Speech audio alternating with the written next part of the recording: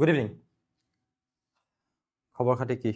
আজি ক্লাস 11 ৰ লাইভ বহুত দিনৰ মূৰত কিয়টো আজি নতুন এটা চেপ্টাৰ আকৌ আমি ষ্টাৰ্ট কৰিছো যেটো হৈছে thermal properties of matter technique এটা ইউজ কৰা হৈছে ভয়েস ঠিকই আছে মেবি এক মিনিট গুড ইভিনিং খবৰ খাতি কি আজি ক্লাস 11 ৰ লাইভ বহুত দিনৰ মূৰত কিয়টো আজি নতুন এটা চেপ্টাৰ আকৌ আমি ষ্টাৰ্ট কৰিছো ওকে সো মেবি সবে শুনি আছো আৰু দেখি আছো আজি অলপমান মেসেজ বিলাক লিমিটেড হ'ব মই কৈছো প্ৰথমতে যে 60 সেকেন্ড লিমিট এটা লগোৱা আছে যে 60 সেকেন্ডৰ মুৰে মুৰে তোমালোকৰ মেসেজ বিলাক কৰিব পাৰিবা নহলে ইয়াতে আমাৰ ক্লাস কৰিবলৈ অলপ প্ৰবলেম হৈ যায় মেসেজ বিলাক যেটা বেছিকৈ আহি থাকে সো ইম্পৰ্টেন্ট মেসেজ বিলাক তোমালোকে মোক কিমানটো সময় গ্যাপত hudiলো মেবি হৈ যাব হয়নে যিকোনো ধৰণৰ ডাউট বা এনেকুৱা ধৰণৰ কিবা যদি থাকে সো প্ৰথমতে মই জনাইটো যে আজি আমি পঢ়িবলৈ গৈ আছো thermal properties of matter so আমাৰ এপত যিবিলাক ক্লাস হৈ থাকে তাৰে প্ৰতিটো চেপ্টাৰৰ নতুন মানে প্ৰথম ক্লাসটো মই ইউটিউব লাইভ যোগে কৰি আহিছো সো এটো আমাৰ নতুন এটা আজি চেপ্টাৰৰ প্ৰথমটো ক্লাস হ'ব সো এটো আমি আজি ইউটিউব লাইভৰ যোগে কৰিম যেসকলে গম নোপোৱা আমাৰ প্লে ষ্টৰত এভেইলেবল হৈ আছে জ্ঞানম টিউচন এপটো সো সেই এপটোৰ যোগে আমি ফুল কোৰ্স তোমালোকৰ বাবে আগবঢ়াই আছো তোমালোকে তাৰ সুবিধা ল'ব পাৰা জাস্ট এটো নম্বৰ তোমাক কন্টাক্ট কৰিব পাৰা কিবা যদি অসুবিধা আছে যদি কোৰ্স বিলাকৰ ওপৰত জানিব বিচাৰা ওকে বা ডাইৰেক্টলি তোমালোকে প্লে ষ্টৰৰ পৰা এপটো ডাউনলোড কৰি আমাৰ বাকি কোৰ্স বিলাক চাব পাৰিবা ঠিক আছে আৰম্ভ কৰো বেছি দীঘলীয়া কৰি নাথাকো আৰু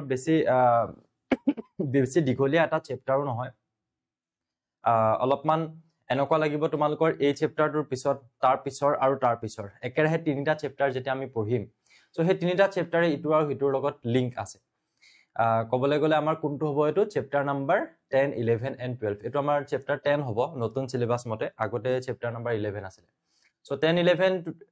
12 আমি যেতিয়া একেলগে পঢ়িম তেতিয়া আমাৰ মজাটো বেছি ভাল লাগিব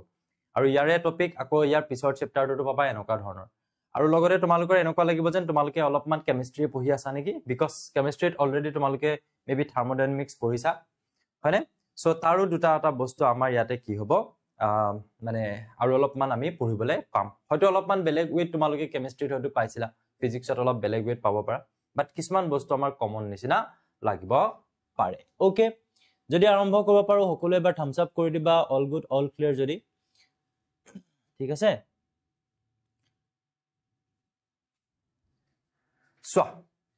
সো চেপ্টাৰটোত আমি কি ধৰণৰ বস্তু পঢ়িম আমি প্ৰথমতে আজি পঢ়িম এটা ধুনিয়া বস্তু যেটোৰ আইডিয়া আমাৰ আগতে হয়তো নাছিল এক মিনিট হা মই মোৰ কানেকচনটো অন কৰা নাছিল ৰবা দেই বাস হৈ গৈছে সো আমি ওয়াৰ্ক পঢ়িছিলো ওয়াৰ্ক এনাৰ্জি এন্ড পাওয়াৰ আমি পঢ়িছিলো তাৰো প্ৰথম ক্লাসটো আমাৰ ইউটিউবত কৰা হৈছিল সো ওয়াৰ্ক কি হয় বুলি কলে আমি কওঁ যে ওয়াৰ্ক কৰি বা কাৰ্য কৰি আমি কিবা এটা বস্তুলে এনাৰ্জি ট্ৰান্সফাৰ কৰিব পাৰো সো হিট কি হয় বুলি কলেও আমি কওঁ যে heat is a form of energy heat হৈছে এটা এনাৰ্জিৰ ফর্ম বাট আমি কেতিয়াবা ভাবিছুনে যে হিটটো হৈছে এটা কি হয় এটা way of transfer of energy আমি এনাৰ্জি ট্ৰান্সফাৰ কৰাৰ এটা ওয়ে বুলিও আমি ক'ব পাৰো কাক হিটটো যেনেকৈ তোমালোকে কোৱা যে এনাৰ্জি ট্ৰান্সফাৰ তেতিয়া হ'ব যেতিয়া আমি কিবা এটা বস্তুক বল দিম হয়নে কিবা এটা বস্তুক আমি ফোৰ্স দিম দি আমি বস্তুটো কি কৰাম ডিসপ্লেসমেন্ট কৰাম সো আমি তেতিয়া কৈছিলো যে তাৰ পৰা আমাৰ যেটো ওয়াৰ্ক ডান আহে f.d তাক আমি এবলি লিখিব পাৰো fd cos θ আৰু কৈছিলো যে ইয়াৰ পৰা আমি যেটো বস্তু পাম আলটিমেটলি হেতু হ'ব আসলতে এটা এনাৰ্জি আৰু যাৰ ইউনিটটো হ'ব জুল এইখিনি বস্তু আমি পঢ়িছিলো ওয়াৰ্ক এনাৰ্জি এন্ড পাওয়াৰ চেপ্টাৰটো যে আমি যেতিয়া কিবা এটা বস্তুৰ ওপৰত কাম কৰিম আলটিমেটলি আমি বস্তুটোৰ ওপৰত কি কৰিম আমাৰ গাত থকা কেমিক্যাল এনাৰ্জি খিনি ইউজ কৰিলো তো সেই এনাৰ্জি ইউজ কৰি আমি তাক আকৌ ডিসপ্লেসমেন্ট যেতিয়া কৰাম এটা ফোৰ্স দি তেতিয়া আমি ক'ব পাৰো যে তাৰ পৰা আমি এটা এনাৰ্জি পাম যেটো হ'ব মেকানিক্যাল এনাৰ্জি সো এইটো হৈছে এটা ওয়ে ওয়াৰ্ক ডানটো এটা ওয়ে যাৰ যোগেদি আমি বস্তু এটাৰ ওপৰত শক্তি দিব পাৰো যেনেকৈ পটেনশিয়াল এনাৰ্জি আমি কেতিয়া পাম যেতিয়া বস্তুটোৰ ওপৰত ওয়াৰ্ক ডান কৰি তাক এটা হাইটলৈ লৈ যাম সো ওয়াৰ্ক ডান যেতিয়া কৰিম তাৰ ওপৰত আমাৰ কি আহি যাব তাৰ ওপৰত আমি এনাৰ্জি মানে কি কৰা নিচিনা হ'ব জমা কৰা নিচিনা হয় যিকোনো এটা বস্তুৰ ওপৰত কৈছে স্যাৰ মই আসামিজ মিডিয়ামৰ হয় কিন্তু আপোনালোকৰ ক্লাছবোৰলৈ কিবা হ'ব নেকি আসামিজ মিডিয়ামৰ হয় যদি ক্লাছ নোট খিনি তুমি নিজে ট্ৰান্সলেট কৰি বনাব লাগিব ক্লাছ নোট খিনি অকল ইংলিশ মিডিয়ামৰ বাবে এভেইলেবল হয় বাকি বুজাটোতো আমি এনেকে ধৰণে ক্লাছ কৰি আছো কেনেকে বুজি পোৱা তেনেকে বুজি পাবা প্ৰথম কথা হল এটো হৈছে এটা মেকানিক্যাল ট্ৰান্সফাৰ অফ এনাৰ্জি আৰু আমি আজিৰ ক্লাছটোত আসলতে বা এই চেপ্টাৰটোত আমি একচুয়ালি ওয়াৰ্কৰ বিষয়ে পঢ়িবলৈ যোৱা নাই আমি একচুয়ালি পঢ়িবলৈ গৈ আছো হিট বাট মই আজি নতুনকে পোৱা বস্তুটো নতুন নহয় তোমালোকে আগতেও জানিছা বাট যেতিয়া আমি এই চেপ্টাৰটোত আমি হিটৰ কথা পঢ়িম তাক আমি ওয়াৰ্কটোৰ লগত কেনেকৈ ৰিলেট কৰিব পাৰিম সেই বস্তুটোৰ বাবে মই প্ৰথমতে এই টপিকটো আনিছো যে একচুয়ালি ওয়াৰ্ক আৰু হিটৰ মাজত ডিফাৰেন্স কি আছে তেতিয়া আমি সিম্পল এটা লাইনত ক'ব পাৰিম যে এটো হৈছে এটা মেকানিক্যাল ট্ৰান্সফাৰ অফ এনাৰ্জি আৰু এটো হৈছে এটা non mechanical transfer of energy এটা একচুয়ালি কি হয় মেকানিক্যাল ট্ৰান্সফাৰ অফ এনাৰ্জি মানে কি হয় non mechanical transfer of energy মানে কি হয় এই চাৰ্টখন চাই লওঁচোন ইয়াত কি কোৱা হৈছে প্ৰথমতে কৈছে যে এসপেক্ট তাৰ মানে বেসিক এসপেক্ট অৰ্থাৎ আমি মেইনলি কিহৰ ওপৰত ভিত্তি কৰি তাক ডিফাৰেন্সিয়েট কৰো প্ৰথম কথা ইয়াক কোড ইউজ কৰা হয় মেকানিক্যাল মানে কি ডিফাৰেন্স টেবল বুলি কৈছো কিহৰ ওপৰত মেকানিক্যাল এন্ড নন মেকানিক্যাল আমি যেতিয়া কম যে মেকানিক্যাল এনাৰ্জি বা মেকানিক্যাল ওয়ে আৰু এটা হৈছে নন মেকানিক্যাল ওয়ে এই দুটা ওয়ে কিনো মেকানিক্যাল ওয়ে মানে কিনো আৰু নন মেকানিক্যাল ওয়ে মানে একচুয়ালি কি হয়নো তাৰ মানে সো মেকানিক্স uses machines ই কি ইউজ কৰিব মেচিনৰ ইউজ কৰিব এন্ড মুভিং পাৰ্টস সো যেতিয়া আমি কম যে মেকানিক্যাল ট্ৰান্সফাৰ অফ এনাৰ্জি হৈছে সো মেকানিক্যাল এনাৰ্জি পোৱা গৈছে তেতিয়া তুমি গম পাবা যে তাত কি হ'ব মুভিং পাৰ্ট কিছুমান থাকিব হয়তো কিবা এটা বস্তু ঘূৰি থাকিব হয়তো কিবা এটা বস্তু এনেকে এটা ভাইব্ৰেচন হৈ থাকিব হয়তো তাত এটা মেচিন ইউজ হ'ব কিন্তু যেতিয়া আমি নন মেকানিক্যাল ওয়ে বুলি কম তাত কোনো ধৰণৰ মুভিং পাৰ্ট নাথাকে সাইকেলখনৰ চকাটো ঘূৰি ঘূৰি গৈ আছে তুমি সাইকেলখন পেডেল মাৰিছা ইট মিন্স তুমি ফোৰ্স দিছা ফোৰ্স দিলত সাইকেলখনৰ এটা ডিসপ্লেসমেন্ট হৈছে সো হেতুত কি হৈছে এটা ওয়াৰ্ক ডান হৈছে আৰু তাৰ ফলত চকাটো ঘূৰিছে কিবা হৈছে সো তাত মুভিং পাৰ্টস কিছুমান আছে সো সেই মুভিং পাৰ্ট যেতিয়া থাকিব হেতু কেনকা এনাৰ্জি বুলি কম মেকানিক্যাল এনাৰ্জি আৰু নন মেকানিক্যাল মানে যত মুভিং পাৰ্ট নাথাকিব energy form produces mechanical work বা আমি কি বুলি কৈছো মোশন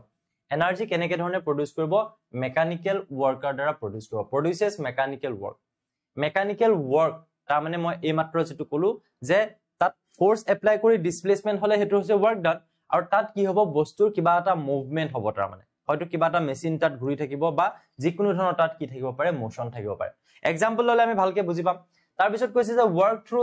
কেমিক্যাল ইলেক্ট্ৰিক্যাল অৰ বায়োলজিক্যাল মিন্স আৰু আমি নন মেকানিক্যাল বুলি কলে হি কেনেকে ধৰণে কাম কৰে কেমিক্যাল ইলেক্ট্ৰিক্যাল বা বায়োলজিক্যাল মিন্সত এটা কাম কৰো মই এই এক্সাম্পল কেইটা চাই লও তেতিয়া বেছি ভালকে বুজি পাম প্ৰথমতে চোৱা যেতিয়া আমি এখন সাইকেল চলাই গৈ থাকোতে তাত চকাকিটা মুভ কৰে তো এইটো আমি কবলৈ গলে কি হৈ গল এটা মুভিং পাৰ্ট ইয়াতে এটা মুভিং পাৰ্ট আছে বাট আমি যেতিয়া খানা বিনা বনাও সো বনাওতে যেতিয়া আমি তলৰ পৰা তাক কিৰু আমি জানো যে তাৰ তলৰ পৰা আমি যেতিয়া জুই কুৰা দি দিও তাৰ মানে আমি তাক কি দিছো আমি তাক হিট দিছো বুলি কম হয়নে সো তাত কোনো ধৰণৰ মুভিং পাৰ্ট নাথাকে থাকে জানো ইয়াত কোন ধৰণৰ টকা মুভিং পাৰ্ট আছে জানো নাই কিবা এটা বস্তু চকা এটা যেনেকে ঘূৰি আছে তাত কৈছো যে এটা মুভিং পাৰ্ট আছে হেনকা ধৰণৰ পাৰ্ট ইয়াত নাথাকে কোট নাথাকে নন মেকানিক্যাল ওয়ে যেটো আমি কৈছো যে non mechanical transfer of energy non mechanically যেটা এনাৰ্জি ট্ৰান্সফাৰ হ'ব তাৰ মানে হিট টু এটা এনাৰ্জি বুলিও কওঁ আমি heat is a form of energy আৰু যে নতুনকৈ আৰু এটা বস্তু তোমালোকে শিকি আছা যে হিট হৈছে এনাৰ্জি ট্ৰান্সফাৰ কৰা এটা ওয়ে ধৰি লোৱা ইয়াত খানাখিনি হিজিছে কিহৰ কাৰণে বিকজ ই হিট এনাৰ্জি পাইছে সেই হিট এনাৰ্জিটো আকৌ আমি দিছো এটা প্ৰসেছৰ দ্বাৰা যে ইয়াৰ তলতে আমি জুই কুৰা দি দিছো নিজে গৈ তাত কি হৈছে টেম্পাৰেচাৰ ইনক্ৰিজ হৈছে আৰু বস্তুখিনি কুক হৈছে সো সেই যেটো ওয়ে তাৰ মানে ইয়াক যে এনাৰ্জি দিলো এনাৰ্জি দিয়াৰ কাৰণে হি হিজিছে কি এনাৰ্জি হিট এনাৰ্জি সো দিয়াৰ যেটো ওয়ে সেই ওয়েটো হৈছে কি হিট ওয়েটোক আমি হিট বুলি কওঁ আৰু এটা নন মেকানিক ইয়াত কোনো মুভিং পাৰ্ট নাই তাৰ মানে ইয়াত কোনো মুভিং পাৰ্ট নাই বা আমি যদি ইয়াত যদি চাবলৈ যাও আমি জানো যে ইয়াত কিছুমান কেমিক্যাল ৰিঅ্যাকশন হৈ আছে হয়নে এই হিট এনাৰ্জি খিনি হয়তো কেমিক্যাল এনাৰ্জিলে কি হ'ব পাৰে কনভাৰ্ট হ'ব পাৰে সো হেনকা কেমিক্যাল এনাৰ্জি পোৱা যাব তাৰ মানে মেকানিক্যাল এনাৰ্জি পোৱা যাব কেতিয়া যেতিয়া তুমি মেকানিক্যাল ট্ৰান্সফাৰ অফ এনাৰ্জি কৰিবা আৰু মেকানিক্যাল এনাৰ্জিত সদায় কি থাকিব মুভিং পাৰ্ট কিছুমান থাকিব মেচিন থাকিব এনেকা ধৰণৰ কিছুমান বস্তু থাকিব তাৰ পিছত আমি যদি এক্সাম্পল লওঁ ফৰ দিস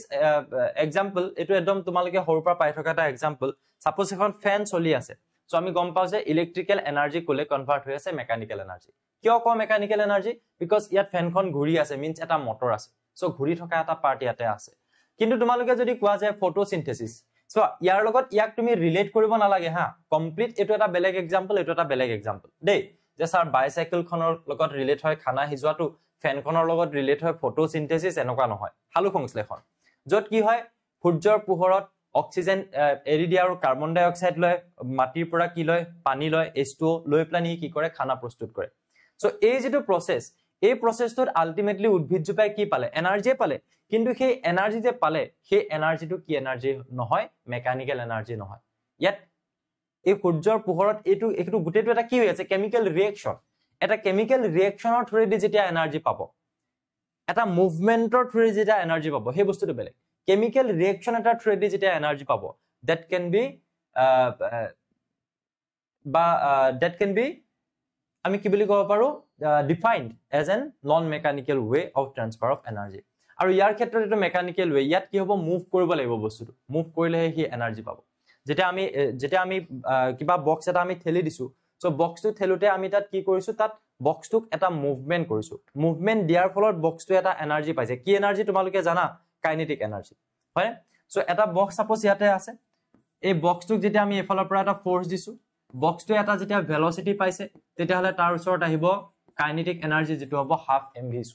সো কোৰ পৰা পালে এটো নিজে পোৱা নাই যেতিয়া আমি বক্সটোক ফোৰ্স দি ডিসপ্লেস কৰিছো আৰু ফোৰ্স দি ডিসপ্লেস কৰা মানে আমি কি কৰিছো ওয়াৰ্ক ডান কৰিছো সো এইটো ওয়াৰ্ক ডানটো কি হ'ল তেতিয়া হলে ওয়াৰ্ক ডানটো এনেকুৱা এটা প্ৰসেস হৈ গল যেটো প্ৰসেসৰ দ্বাৰা আমি কি কৰিব পাৰিছো হাফ mv² টো তাক দিব পাৰিছো তাৰ মানে কি দিব পাৰিছো কাইনেটিক এনাৰ্জি সো এই বক্সটোক আমি কাইনেটিক এনাৰ্জি কিহৰ দ্বাৰা দিলো ওয়াৰ্ক ডানৰ দ্বাৰা সো এইটো জিহৰ দ্বাৰা দিলো ওয়াৰ্ক ডানৰ দ্বাৰা সো এই বস্তুটো এনেকুৱা ধৰণৰ এটা বস্তু হৈ গল নে যাৰ ফলত আমি কি কৰিব পাৰিছো বস্তু এটাৰ ওপৰত এটা এনাৰ্জি আমি সাপ্লাই কৰিব পাৰিছো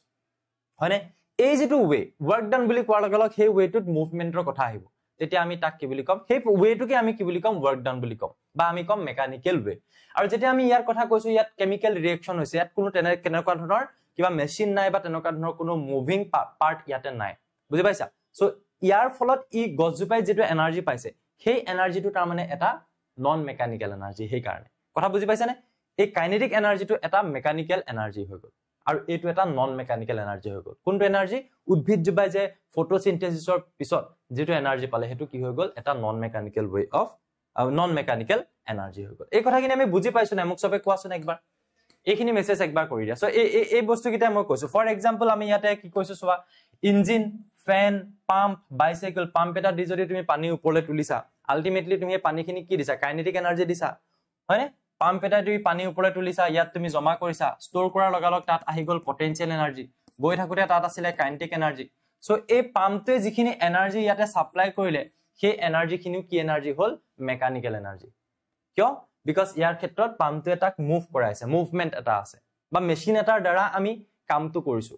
পাম্প এটা মেচিন হয় হয়নে বাইসাইকেল এখন হ'ব পাৰে তাত মুভিং পাৰ্ট থাকে বুজি পালো তাৰ পিছত কিন্তু ফটোসিনথেসিস যেটো মই মাত্ৰ কলো উদ্ভিদে খানা প্ৰস্তুত কৰা হেতু নন মেকানিক্যাল ওয়ে ব্যাটাৰি এটা যেটো মানে আমাক এনাৰ্জি দিব ব্যাটাৰি এটা যেটো এনাৰ্জি সাপ্লাই কৰিব হেতু নন মেকানিক্যাল ওয়ে ব্যাটাৰিটোৰ ক্ষেত্ৰতো কোনো মুভিং পাৰ্ট নাথাকে তাৰ পিছত কম্পিউটাৰ সিস্টেম বুলি কোৱাৰ লগে লগে হেতু কি হৈ গল হেতু এটা মেচিনে হৈ গল ন সো সেই কম্পিউটাৰ সিস্টেম এটা আমাক যেটো ওয়াৰ্ক ডান কৰি দিব যিখিনি আমাক এনাৰ্জি দিব সেই এনাৰ্জি খিনি আমি কি বুলি কম এটা নন মেকানিক্যাল ওয়ে বুলি কম এইটো বাৰু তোমালোকে ইমান ইউজ টু নহয় ইমান বেছি বিশেষ দৰকাৰী নাই বাট এই দুটা বস্তু তোমালোকে অলপমান ফোকাস কৰিবা তেতিয়া তোমালোকৰ এক্সাম্পল গিটা যেতিয়া ক্লিয়াৰ হৈ যাব তেতিয়া তোমালোকৰ মেকানিক্যাল আৰু নন মেকানিক্যালৰ ওপৰত ধুনীয়া কনসেপ্ট এটা বিল্ড আপ হৈ যাব ওকে সো মুঠতে মেকানিক্যাল ওয়ে বুলি কোৱাৰ লগালক আমি এটা কথাই বুজি পাম যত কি হ'ব যত মুভিং পাৰ্ট এটা থাকিব মুঠতে হল নন মেকানিক্যাল বুলি কোৱাৰ লগালক তাত কোনো মুভিং পাৰ্ট নাথাকে সো আমি আজি পঢ়িবলৈ গৈ আছো কিহৰ ওপৰত সেই নন মেকানিক্যাল ওয়ে যেটো হৈছে হিট সো হিটৰ ডেফিনিশনটো জানি লোৱা হিট হৈছে ফৰ্ম অফ এনাৰ্জিৰ এটা ফৰ্ম আমি কওঁ যে শক্তিৰ বিভিন্ন ৰূপ বিলাক কি তেতিয়া তোমালোকে কোৱা যে তাপ শক্তি বৈদ্যুতিক শক্তি হয়নে সো তাপ শক্তিটো হৈছে হিট সো হিট টো এটা কি হয় form of energy which produces in us the sensation of hotness or coldness আমাৰ ঠাণ্ডা লগা বা আমাৰ গৰম লগা সেই সেন্সেশনটো কিবা এটা বস্তু সাপোজ বহুত কেৰাহী এখন বহুত গৰম হৈ আছে তুমি তাক চুই দিলা তুমি সেন্স কৰিলা বহুত গৰম হৈ গল এই যে সেন্স কৰিলা যেটো বস্তু সেন্স কৰিলা সেই সেন্সেশনটোৱে হৈছে কি হিট বা বৰফ এটুকুৰা তুমি হাতেৰে মুঠি মাৰি ধৰি আছা তুমি বহুত ঠাণ্ডা যে ফিল কৰিছা যেটো ফিল কৰিছা সেই ফিলটোৱে হৈছে এটা হিট বুজি পাইছা সো সেই কাৰণে আমি কি বুলি কৈছো যে হিট হটনেস বা কোল্ডনেছৰ যেটো সেন্সেশন যেটো অনুভৱ সেই অনুভৱটোক আমি কি বুলি কব পাৰো হিট বুলি কব পাৰো কিবা এটা বস্তু ঠাণ্ডা বা কিবা এটা বস্তু গৰম তাক যে তুমি সেন্স কৰিছা সেই সেন্স কৰাৰ যেটো বস্তু যেটো সেন্সেশন তোমাৰ হৈছে তাৰ মানে সেন্সিটিভিটি শুনিছা নহয় দাঁতত সেন্সিটিভিটি হা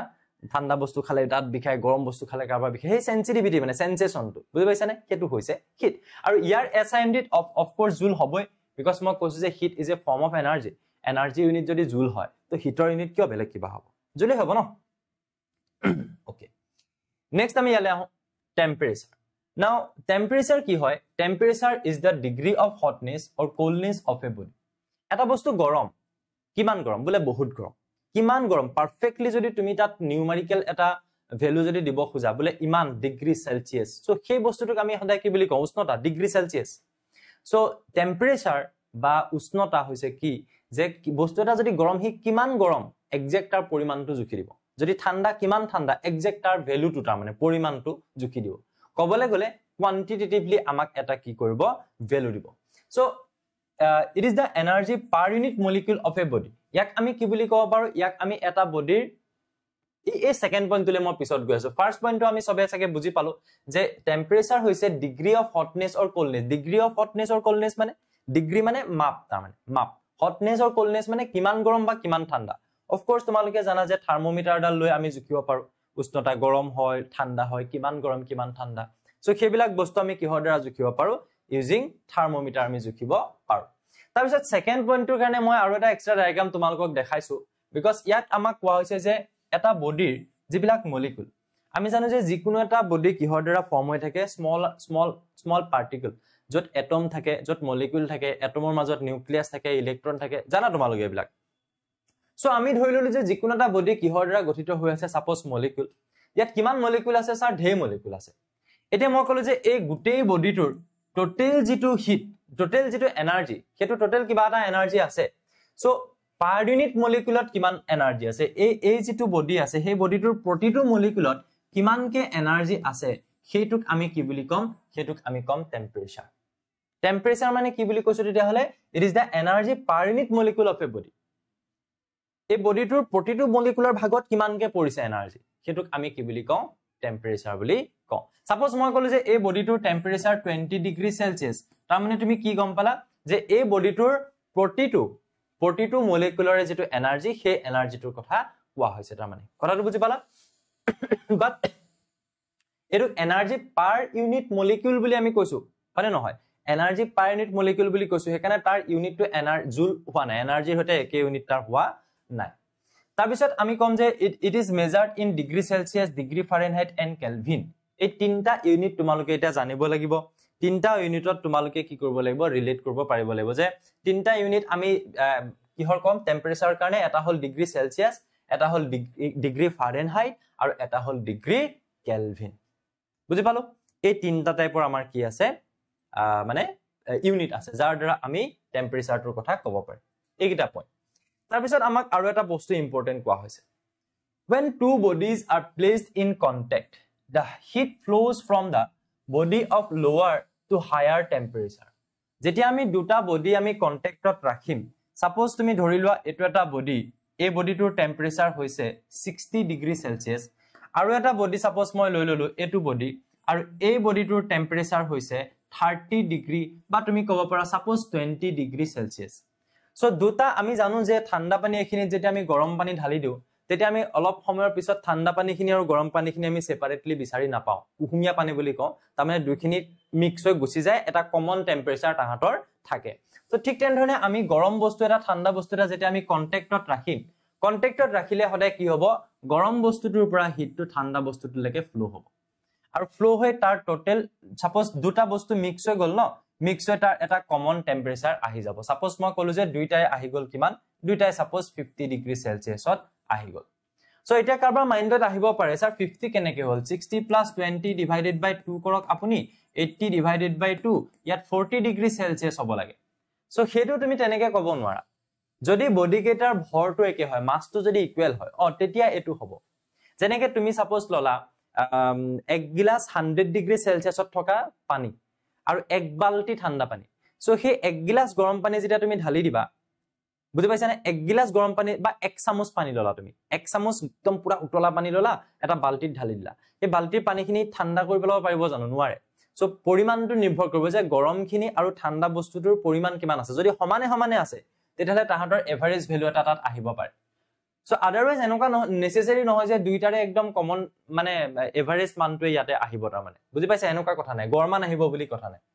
সো খালি দুইটাৰে টেম্পাৰেচাৰটো যেতিয়ালৈকে একে হৈ না যায় তেতিয়ালৈকে গৰম বডিটোৰ পৰা ঠাণ্ডা বডিটোলে হট বডিটোৰ পৰা কোল্ড বডিটোলে কি হ'ব হিট ট্ৰান্সফাৰ হ'ব এইটো প্ৰকৃতিৰ নিয়মৰ বাহিৰত যে কেতিয়াও ঠাণ্ডা বডিৰ পৰা গৰম বডিলে হিট ট্ৰান্সফাৰ হ'ব নোৱাৰে যেনেকৈ ধৰণে তোমালোকে কোৱা কেতিয়াও বেটাৰিটোৰ নেগেটিভ সাইডটোৰ পৰা পজিটিভ সাইডটোলে কাৰেন্ট ফ্লো হ'ব নোৱাৰে এটো পাৰে জানো নোৱাৰে সদায় কোনফালৰ পৰা কোনফালে কাৰেন্ট ফ্লো হ'ব positive to negative because higher to lower potential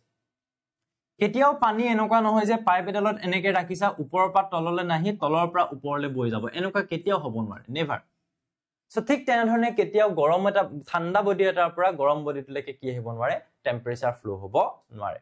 so আমি এই বস্তুটো কিহৰ বাবে পঢ়িলো যে একচুয়ালি যেতিয়া দুটা বডি কন্টাক্টত ৰখা হয় তেতিয়া হলে বডি গিটাৰ টেম্পাৰেচাৰটো ফাইনালি গৈ ইকুৱেল হৈ যায় একে হৈ যায় আৰু একে কেতিয়া হ'ব পাৰিব হয়তো কোনোবাতে দিব লাগিব কোনোবাতে ল'ব লাগিব ঠাণ্ডাটোৱে ল'ব গৰমটোৱে দিব সো সেই বস্তুটো আমাক কোৱা হৈছে যে যেতিয়া দুটা বডি আমি কন্টাক্টত ৰাখো একেলগে আমি লগ লগাই ৰাখো তেতিয়া হলে হিট ফ্লো হ'ব কোৰ পৰা লোৱাৰ টু হায়াৰ টেম্পাৰেচাৰ এটো একচুয়ালি আমাৰ ভুল হৈছে এটো হ'ব লাগে হায়াৰ টু লোৱাৰ টেম্পাৰেচাৰ এটো কি হ'ব লাগে আমাৰ হায়াৰ টু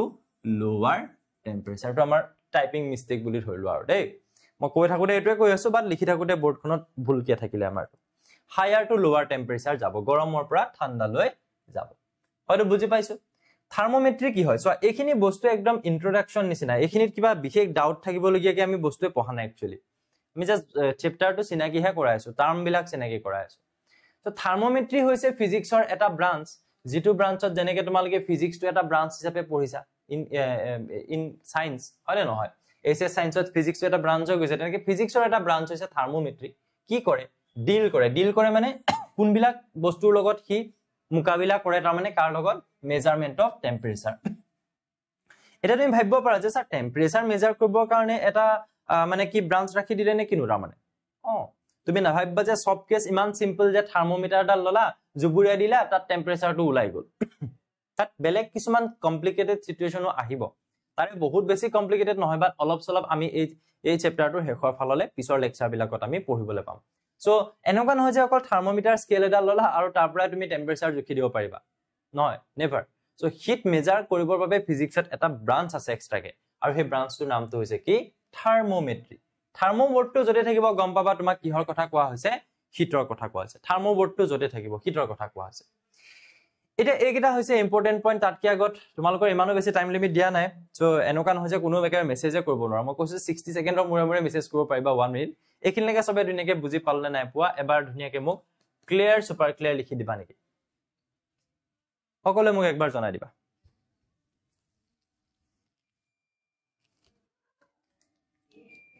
সবে এইখিনিলৈকে ধুনীয়াকে বুজিলো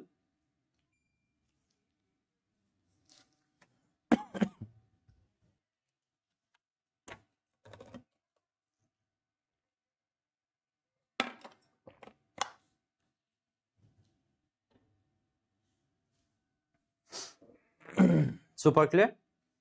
okay আচ্ছা কোনবাই হুদি আছে কোন ক্লাছৰ কৰি আছে সো কোন ক্লাছৰটো একদম ওপৰত ধুনীয়াকে ওলাই আছে চাই লো সেইকাৰণে মই এখিনি এড কৰি দিছো কৈছে হাই স্যাৰ আপুনি যেনেকৈ শিকাই আছে মোৰ বহুত ভাল লাগিছে থ্যাংক ইউ মিনময় বুজি পাইছা যদি এতিয়া আহি যোৱা fix point on a temperature scale এটাত ফিক্স পইণ্ট বুলি ক'লে কি বুজা টেম্পাৰেচাৰ স্কেল মানে তুমি থাৰ্মোমিটাৰৰ কথা ভাবি ল'ব পাৰা এটা থাৰ্মোমিটাৰত ফিক্স পইণ্ট বুলি ক'লে ফিক্স মানে কি ধৰা বন্ধা দুটা পইণ্ট থাকে কি চোৱা যে the 2 point that are chosen to construct temperature scale এডাল যেতিয়া আমি বনাম temperature scale মানে scale normally আমি যেডাল আমাৰ measuring scale আমি কি জুখি থাকো আমাৰ length measure কৰিবৰ কাৰণে আমাৰ সবৰে হাতত ডাল স্কেল আছে প্ৰায় তোমালোকে 30 cm 15 cm স্কেল বিলাক দেখিয়ে থাকা হয়নে সো ঠিক তেনেধৰণে তেনেকুৱা ডাল স্কেল লৈতো আমি জুখিব নোৱাৰো টেম্পাৰেচাৰ জুখিবৰ বাবে আমাক কি লাগিব ডিগ্ৰী সেলসিয়াস লাগিব ডিগ্ৰী ফাৰেনহাইট কেলভিন এনেকুৱা স্কেল লাগিব মানে মিটাৰ স্কেল বা সেন্টিমিটাৰ স্কেলত কামটো নচলিব সো সেই যিবিলাক আমাৰ স্কেল আছে এই স্কেল বিলাকৰ ওপৰত যিকোনো ডাল স্কেল টেম্পাৰেচাৰ জুখিবৰ বাবে ডিগ্ৰী সেলসিয়াছ হওক ডিগ্ৰী ফাৰেনহাইট হওক কেলভিন হওক যিকোনো টেম্পাৰেচাৰ স্কেলত আমাৰ দুটা পইণ্ট ফিক্স থাকে কনস্ট্ৰাক্ট কৰিবৰ কাৰণে তাহাঁতক বনাবৰ কাৰণে এটা কোৱা হয় লোৱাৰ ফিক্স পইণ্ট সো লোৱাৰ বুলি কওঁতে গম পাইছে যে তলৰ ফালে আটাইতকৈ ঠাণ্ডা যিটো পইণ্ট তাক কোৱা হয় কি বুলি আইচ পইণ্ট আইচ পইণ্ট মানে কি হয় temperature at which pure ice melt at standard pressure এতিয়া য'ত পিওৰ আইচ তাৰমানে পিওৰ আইচ মানে কি তাত অকল H2O থাকিব লাগিব তোমালোকে জানা যে পানীৰ তিনটা ষ্টেট ওৱাটাৰ তিনটা state liquid gases and solid so সলিডটো হৈছে ice so pure ice means তাত একো বেলেগ কিবা নিমখ মিক্স থাকিব নালাগিব আইৰন মিক্স থাকিব নাথাকিব একদম পিওৰ আইচ যদি তুমি লৈ লোৱা য'ত তাৰমানে অকল কি থাকিব H2O থাকিব বাট সলিড ফৰ্মত থাকিব সো পিওৰ আইচ যেতিয়া তুমি গলা বা কিমান ডিগ্ৰী সেলসিয়াছত গলে তোমালোকে জানা 0 ডিগ্ৰী সেলসিয়াছ যদি সেলসিয়াছ স্কেলত ক'বলৈ যোৱা সো পিওৰ আইচ যিমান ডিগ্ৰী সেলসিয়াছত মেল্ট হয় এট ষ্টেণ্ডাৰ্ড প্ৰেছাৰ এটা ষ্টেণ্ডাৰ্ড প্ৰেছাৰ মানে হৈছে 1 এটমস্ফিয়াৰ তোমালোকে জানা যে আমাৰ আৰ্থ সাৰফেসটো এটো যদি আমাৰ আৰ্থ সাৰফেস হয় হা এটো যদি আমাৰ আৰ্থ সাৰফেস হয় তাৰ ওপৰত কি থাকে তাৰ ওপৰত এটমস্ফিয়াৰ থাকে আৰু এই এটমস্ফিয়াৰৰ লেভেল বিলাকৰ ওপৰত ডিপেন্ড কৰিব এটমস্ফিয়াৰে যিমানটো তাক হেঁচা প্ৰয়োগ কৰিব চাপ বা প্ৰেছাৰ দিব হেতুকে কোৱা হয় এটমস্ফিয়াৰিক প্ৰেছাৰ তো আমি জানো যে হাইট যদি বাঢ়ি যায় সাপোজ ওখ জায়গা এটা আছে এনেকুৱা ওখ জায়গা এটা আছে সো ইয়াৰ ওপৰতটো বায়ুখিনি কমকে আছে সো প্ৰেছাৰটো কম হ'ব তুমি যদি কিবা এটা হাতখনৰ ওপৰত যদি কিতাপ কেইখনমান জাপা যিমানে বেছিকে কিতাপখিনি জাপি গৈ থাকিবা তোমাৰ প্ৰেছাৰটো বেছি হৈ থাকিব কমকে জাপিলে কম হ'ব সো ওখ এটা জায়গা তাৰ মানে তাৰ ওপৰত লেয়াৰ বিলাক কমকে আছে সো প্ৰেছাৰ কম বেছি হ'ব পাৰে আৰ্থ সাৰফেসত সো আমি হে ষ্টেণ্ডাৰ্ড যেটো প্ৰেছাৰ বুলি ক'লে 1 এটমস্ফিয়াৰ হ'ব পাৰে 2 এটমস্ফিয়াৰ ATM এটো হৈছে আকৌ কি প্ৰেছাৰৰ ইউনিট সো আমি ষ্টেণ্ডাৰ্ড প্ৰেছাৰ বুলি ক'লে আমি কিমান বুলি কম 1 এটমস্ফিয়াৰ এক্সকিউজ মি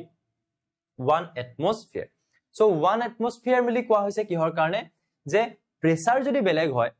ধৰিলোৱা আইচ এটুকুৰা মেল্ট হৈছে 1 এটমস্ফিয়াৰত 0 ডিগ্ৰী সেলসিয়াছত 2 এটমস্ফিয়াৰত 0 ডিগ্ৰীত নহবও পাৰে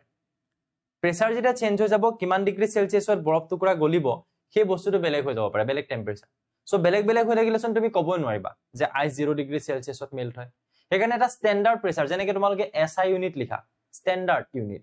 মানে SI ইউনিট বিলাক য'ত আমি লিখো মিটাৰ য'ত আমি লিখো সেকেন্ড আমিটো মিনিটো লিখিব পাৰো সো সেই তেনেকে ধৰণৰ কথাবিলাক ভাবিব লাগিব যে ষ্টেণ্ডাৰ্ড প্ৰেছাৰৰ ওপৰত ডিপেন্ড কৰে আমি চ্যাপ্টাৰটো পিছত গৈ পঢ়িম কিন্তু ষ্টেণ্ডাৰ্ড প্ৰেছাৰ বুলি ক'লে এটাই বুজিবা যে প্ৰেছাৰৰ এটা ষ্টেণ্ডাৰ্ড ভ্যালু যেটো হৈছে 1 এটমস্ফিয়াৰ 1 এটমস্ফিয়াৰত যেটো মানে টেম্পাৰেচাৰ হয় হেতু কিমান বুলি কৈছো আইচ যেটো টেম্পাৰেচাৰত মেল্ট হয় হেতু হৈছে 0 ডিগ্ৰী সেলসিয়াছ আৰু আপাৰ ফিক্স পইণ্ট মানে হৈছে ষ্টিম তাৰ মানে যেটো পইণ্টত বাষ্পীভূত হ'বলৈ ষ্টাৰ্ট কৰে ভেপৰাইজ হ'বলৈ ষ্টাৰ্ট কৰে তোমালোকে জানা যে ওয়াটাৰ 100 ডিগ্ৰী সেলসিয়াছত কি হয় ভেপৰাইজ হ'বলৈ ষ্টাৰ্ট কৰে উতলে তাৰ মানে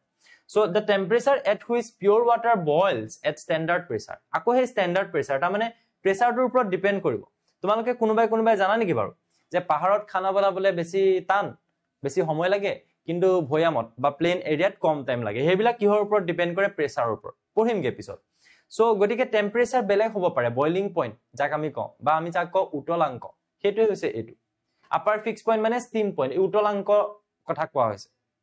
তো পানীৰ ক্ষেত্ৰত যেটো কিমান ডিগ্ৰী সেলসিয়াছ থাকে 100 ডিগ্ৰী সেলসিয়াছ সো আমি যিকোনো দুডাল স্কেল যেতিয়া আমি বনাবলৈ যাম আমাক এই দুটা বস্তু লাগিব কি প্ৰথম বস্তুটো লাগিব যে ই কিমান ডিগ্ৰী সেলসিয়াছত আইচ মেল্ট হয় হেতু হে স্কেলডালৰ যি স্কেলে নহক লাগে হেতুক তাক কি বুলি কম মই লোৱাৰ ফিক্স পইণ্ট কিমান ডিগ্ৰী সেলসিয়াছত হি উতলে সেই বস্তুটোক মই কি বুলি কম আপাৰ ফিক্স পইণ্ট যেনেকৈ তোমালোকে ইয়াত দেখিছা এটো 0 ডিগ্ৰী সেলসিয়াছ এটো দেখিছা 100 ডিগ্ৰী সেলসিয়াছ সো সেলসিয়াছ স্কেলত তাৰ মানে ফিক্স পইণ্ট মানে দুটা টেম্পাৰেচাৰ কথা কোৱা হৈছে এটো এটা টেম্পাৰেচাৰ এটো এটা টেম্পাৰেচাৰ এই দুটা হৈছে দুটা ফিক্স পইণ্ট ক্লিয়াৰ এইখিনি বস্তু আমি বুজি পালো হা so fix point on a temperature scale কেটা থাকে দুটা এটা কোৱা হয় আপাৰ ফিক্স পইণ্ট বা আইচ পইণ্ট এটা কোৱা হয় লোৱাৰ ফিক্স পইণ্ট বা আইচ পইণ্ট এটা কোৱা হয় আপাৰ ফিক্স পইণ্ট বা ষ্টিম পইণ্ট এতিয়া যদি তোমালোকে থাৰ্মোমিটাৰ স্কেলৰ কথা জানিবলৈ যোৱা তেতিয়া হলে তোমালোকে হে আপাৰ আৰু লোৱাৰ ফিক্স পইণ্ট কেটা তোমালোকে জানিব লাগিব প্ৰথমতে আহিবা সেলসিয়াছ স্কেল মানে ডিগ্ৰী সেলসিয়াছত যত আমি জুখিম সো তাত আইচ কিমান ডিগ্ৰী সেলসিয়াছত গলে বুলি কলে আমি কওঁ 0 ডিগ্ৰী সেলসিয়াছ আইচ ওয়াটাৰ কিমান ডিগ্ৰী সেলসিয়াছত ভেপৰাইজ হ'বলৈ ষ্টাৰ্ট কৰে 100 ডিগ্ৰী সেলসিয়াছ সো তাৰ মানে আপাৰ লোৱাৰ ফিক্স পইণ্ট 0 ডিগ্ৰী সেলসিয়াছ হয় সেলসিয়াছ স্কেলত আৰু সেলসিয়াছ স্কেলত আপাৰ ফিক্স পইণ্ট কিমান হয় 100 ডিগ্ৰী সেলসিয়াছ যদি তুমি সেলসিয়াছত কোৱা তাৰ মানে কিন্তু যদি তুমি ফাৰেনহাইটত কোৱা F এৰে লিখা ডিগ্ৰী ফাৰেনহাইট তেতিয়া হলে তুমি কি জানিবা লোৱাৰ ফিক্স পইণ্ট হৈছে 32 ডিগ্ৰী ফাৰেনহাইট আৰু আপাৰ ফিক্স পইণ্ট হৈছে 212 ডিগ্ৰী ফাৰেনহাইট তাৰমানে তুমি এটা কথা বুজি পাইছা নেকি বাৰু যে 0 ডিগ্ৰী সেলসিয়াস আৰু 32 ডিগ্ৰী ফাৰেনহাইট একে বস্তু নেকি yes একে বস্তু তুমি যদি কোৱা 100 ডিগ্ৰী সেলসিয়াস আৰু 212 ডিগ্ৰী ফাৰেনহাইট একে বস্তু নেকি একে বস্তু যেনেকৈ তুমি কোবা 1 মিটাৰ এণ্ড 1000 বা 1 কিলোমিটাৰ আৰু 1000 মিটাৰ একে নহয় জানো একে হয় তো ঠিক তেনেধৰণে আমি এফালে বেলেগ এটা ইউনিট আছে এফালে বেলেগ এটা ইউনিট দুটা ইউনিটৰ মাজত আমি এটা ৰিলেচন দেখাৰ নিচিনা হৈ আছে তাৰমানে কথাটো বুজি পাইছা যে ইয়াত যদি টেম্পাৰেচাৰ স্কেলডাল ডিগ্ৰী সেলসিয়াস হয় বা সেলসিয়াস স্কেল হয় তাত 0 ডিগ্ৰী সেলসিয়াস মানে ফাৰেনহাইটত কিমান 32 ডিগ্ৰী ফাৰেনহাইট আকৌ যদি তুমি চোৱা এটো ফাৰেনহাইট হৈ থাকিলে এটো হ'ব লাগে কেলভিন স্কেল হা এটো কি হ'ব লাগে আমাৰ কেলভিন আকৌ যদি তুমি কেলভিন স্কেলত চোৱা তেতিয়ালে 0 ডিগ্ৰী মানে হৈছে কিমান 273.15 কেলভিন 100 ডিগ্ৰী মানে কিমান হ'ব 100 ডিগ্ৰী সেলসিয়াস মানে 373.15 কেলভিন সেইকাৰণে আমি কোন যিকোটা সেলসিয়াস ধৰি লোৱা 0 ডিগ্ৰী সেলসিয়াস মানে তুমি কৈছা যে 273.15 কেলভিন তেতিয়া হলে তুমি যিকোনো এটা সেলসিয়াস যেতিয়া উলিয়াবলৈ যোৱা সেলসিয়াসক যেটা তুমি কেলভিনলৈ নিয়া তুমি লগত কিমান প্লাস কৰি দিয়া 273 সাপোজ তুমি কলা যে 20 ডিগ্ৰী সেলসিয়াস কেলভিনলৈ নিব লাগে 20 প্লাস কিমান কৰি দিয়া 273.15 কৰি দিয়া তেতিয়া হি কেলভিনলৈ গুচি যায় এবিলাক চাগে জানা ক্লাস 10 টো পাইছা হয়নে আচ্ছা মৃন্ময় ওয়ালকুচিৰ পৰা ন ওকে ক্লাস 10 ৰ লাইভ হোৱা নাই এগিনাত ঋতুপৰ্ণ ছাৰে লাষ্ট ক্লাস কৰিছিলে সায়েন্সৰ এতিয়া আমি গম পালো নে এখিনি বস্তু সবে মোক একবাৰ আকৌ ক্লিয়াৰ সুপাৰ ক্লিয়াৰ লিখি দিবা যে থাৰ্মোমিটাৰ স্কেললৈকে আমি বুজি পালো নে নাই পোৱা থাৰ্মোমিটাৰ মানে আমি যেতিয়া হিট জুখিবৰ পৰা আমি স্কেলৰ কথা কম তিনটা টাইপৰ আহিব Celsius Fahrenheit and Kelvin so সেলসিয়াসৰ লোৱাৰ ফিক্স পইণ্ট হৈছে 0 degree Celsius upper fix point 100 degree Celsius অৰ্থাৎ বৰফ গলিব 0 ডিগ্ৰীত পানী উতলিব 100 0 ডিগ্ৰী মানে ফাৰেনহাইটত 32 ডিগ্ৰী ফাৰেনহাইট 100 ডিগ্ৰী সেলসিয়াস মানে ফাৰেনহাইটত 212 ডিগ্ৰী ফাৰেনহাইট 0 ডিগ্ৰী সেলসিয়াস মানে হৈছে কেলভিন স্কেলত 273.15 ডিগ্ৰী 15 কেলভিন ইয়াৰ আকৌ ডিগ্ৰী নিলিখিবা আৰু আপাৰ ফিক্স পইণ্ট মানে হৈছে 373.15 কেলভিন ক্লিয়াৰ ওকে ঠিক আছে সো এইখিনি জাস্ট আমাৰ কেনেকুৱা হৈছে নলেজ বেস নিচিনা হৈ আছে বস্তুখিনি জাস্ট বুজি পাব লাগে অকনমান মনতো ৰাখিব লাগে এটা এটো বস্তু বহুত ইম্পৰ্টেন্ট হয় চাবা conversion of temperature from one scale to another বহুত বেছি কাম হৈ আছে কথাবিলাক কওঁতে কাহ আহি গৈছে হয়তো ভালকে শুনি আছে চাগে বিশেষ প্ৰবলেম হয়তো হোৱা নাই সো এতিয়া মই যেটো পঢ়িবলৈ গৈ আছো হেতু হৈছে এটাৰ পৰা যিকোনো সাপোজ ইমান ডিগ্ৰী সেলসিয়াস বুলি কোৱা হল তাক তুমি ফাৰেনহাইটলৈ কেনেকে নিবা তাক তুমি কেলভিনলৈ কেনেকে নিবা হে বস্তুখিনি মই ইয়াতে চাব লাগিব ঠিক আছে সো ধৰি ললো মই এডাল হৈছে এডাল থাৰ্মোমিটাৰ স্কেল হে থাৰ্মোমিটাৰ স্কেলডালৰ মই তিনটা টাইপৰ স্কেল মই থাৰ্মোমিটাৰ স্কেল ধৰি ললো এটো হৈছে কি আমাৰ সেলসিয়াস সো আমি ইয়াতে কলো যে আইস পইণ্ট ইয়াত এটো আইস পইণ্ট আৰু ইয়াত এটো হৈছে আইস পইণ্ট সেলসিয়াস স্কেলত আইস পইণ্ট কিমান ডিগ্ৰী থাকে 0 ডিগ্ৰী সেলসিয়াস ফাৰেনহাইটত কিমান ডিগ্ৰী থাকে 32 ডিগ্ৰী ফাৰেনহাইট আৰু কেলভিনত কিমান ডিগ্ৰী থাকে 273.15 কেলভিন থাকে তাৰ পিছত আমি আপাৰ ফিক্স পইণ্টটো দেখাইছো সো আমি কি কৰিম কনভাৰ্সন মানে লৈ যাম টেম্পাৰেচাৰক লৈ যাম এডাল স্কেলৰ পৰা আন এডাল স্কেললে সাপোজ মই কলো 20 ডিগ্ৰী সেলসিয়াস তাক তুমি ডিগ্ৰী ফাৰেনহাইটত কোৱা কিমান হ'ব কোৱা সো হেনেকুৱা ধৰণৰ আনসাৰ বিলাক আমি ইয়াৰ পৰা সলভ কৰিব পাৰিম okay so upper fix point ইয়াৰ ক্ষেত্ৰত কিমান ডিগ্ৰী হয় 100 ডিগ্ৰী সেলসিয়াস ইয়াৰ ক্ষেত্ৰত কিমান ডিগ্ৰী হয় 212 ডিগ্ৰী ফাৰেনহাইট 212 একদম পুৰা মনত থাকিব লাগিব আৰু ইয়াৰ ক্ষেত্ৰত 100 এটা প্লাস কৰি দিলে হল 373.15 কেলভিন ঠিক আছে এতিয়া মই কলো যে সেলসিয়াস স্কেলত এটা টেম্পাৰেচাৰ আছে যিকোনো এটা টেম্পাৰেচাৰ যেটুক মই ধৰি ললো c বুলি সো হে c ৰ সমানে তাৰমানে আমি এই গিটা স্কেলত কি পাম মানে যদি আমি ফাৰেনহাইটত কওঁ ধৰি লওঁ মই হেতু কি বুলি ধৰি ললো f বুলি ধৰি ললো আৰু এই স্কেলালৰ সেই টেম্পাৰেচাৰটো মই k বুলি ধৰি ললো যেনিবা ঠিক আছে কি বুলি ধৰি ললো k বুলি ধৰি ললো এটা যিকোনো এটাৰ পৰা আনটোলে নিবৰ কাৰণে তোমাৰ ওচৰত এটা ফৰ্মুলা আহিব আৰু ফৰ্মুলাটো খুবে বেছি ইজি হয় যদি তুমি তাক টেকনিক্যালি বুজিব ট্ৰাই কৰা চোৱা কি কৰিবা চোৱা প্ৰথমতে থাকিব তলত থাকিব আপাৰ ফিক্স পইণ্ট মাইনাছ লোৱাৰ ফিক্স পইণ্ট তাৰমানে তুমি তিনটাৰ ক্ষেত্ৰতে যদি তুমি লিখিব বিচাৰা এটা ফৰ্মুলা যদি লিখো চোৱা আপাৰ ফিক্স পইণ্ট কিমান 100 লোৱাৰ ফিক্স পইণ্ট কিমান 0 আপাৰ ফিক্স পইণ্ট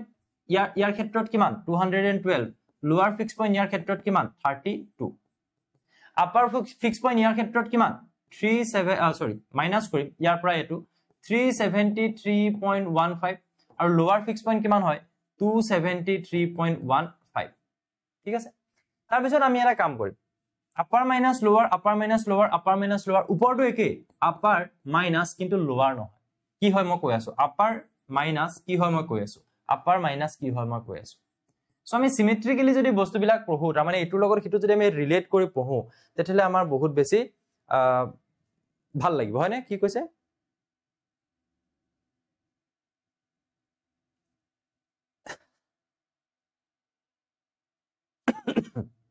পঢ়ালো আছিল কাৰণে মই বেয়া নহয় নপঢ়াৰ কাৰণে অলপ বেয়া হ'ব বাৰু কৈছে যে স্যাৰ স্কুলত আপোনালে সবে বহুত ভয় লাগে এংগ্ৰি বুলি কয় আপুনি চোন ভালেই পঢ়ায় সো খং উঠা ৰিজন বিলাক বেলেগ হয়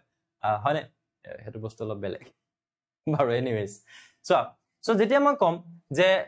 তিনডাল স্কেল আছে তিনডাল ক্ষেত্ৰত মই কি কম আপাৰ মাইনাছ লোৱাৰ আপাৰ মাইনাছ লোৱাৰ আপাৰ মাইনাছ লোৱাৰ হেতুৱে থাকিব ফৰ্মুলাটোত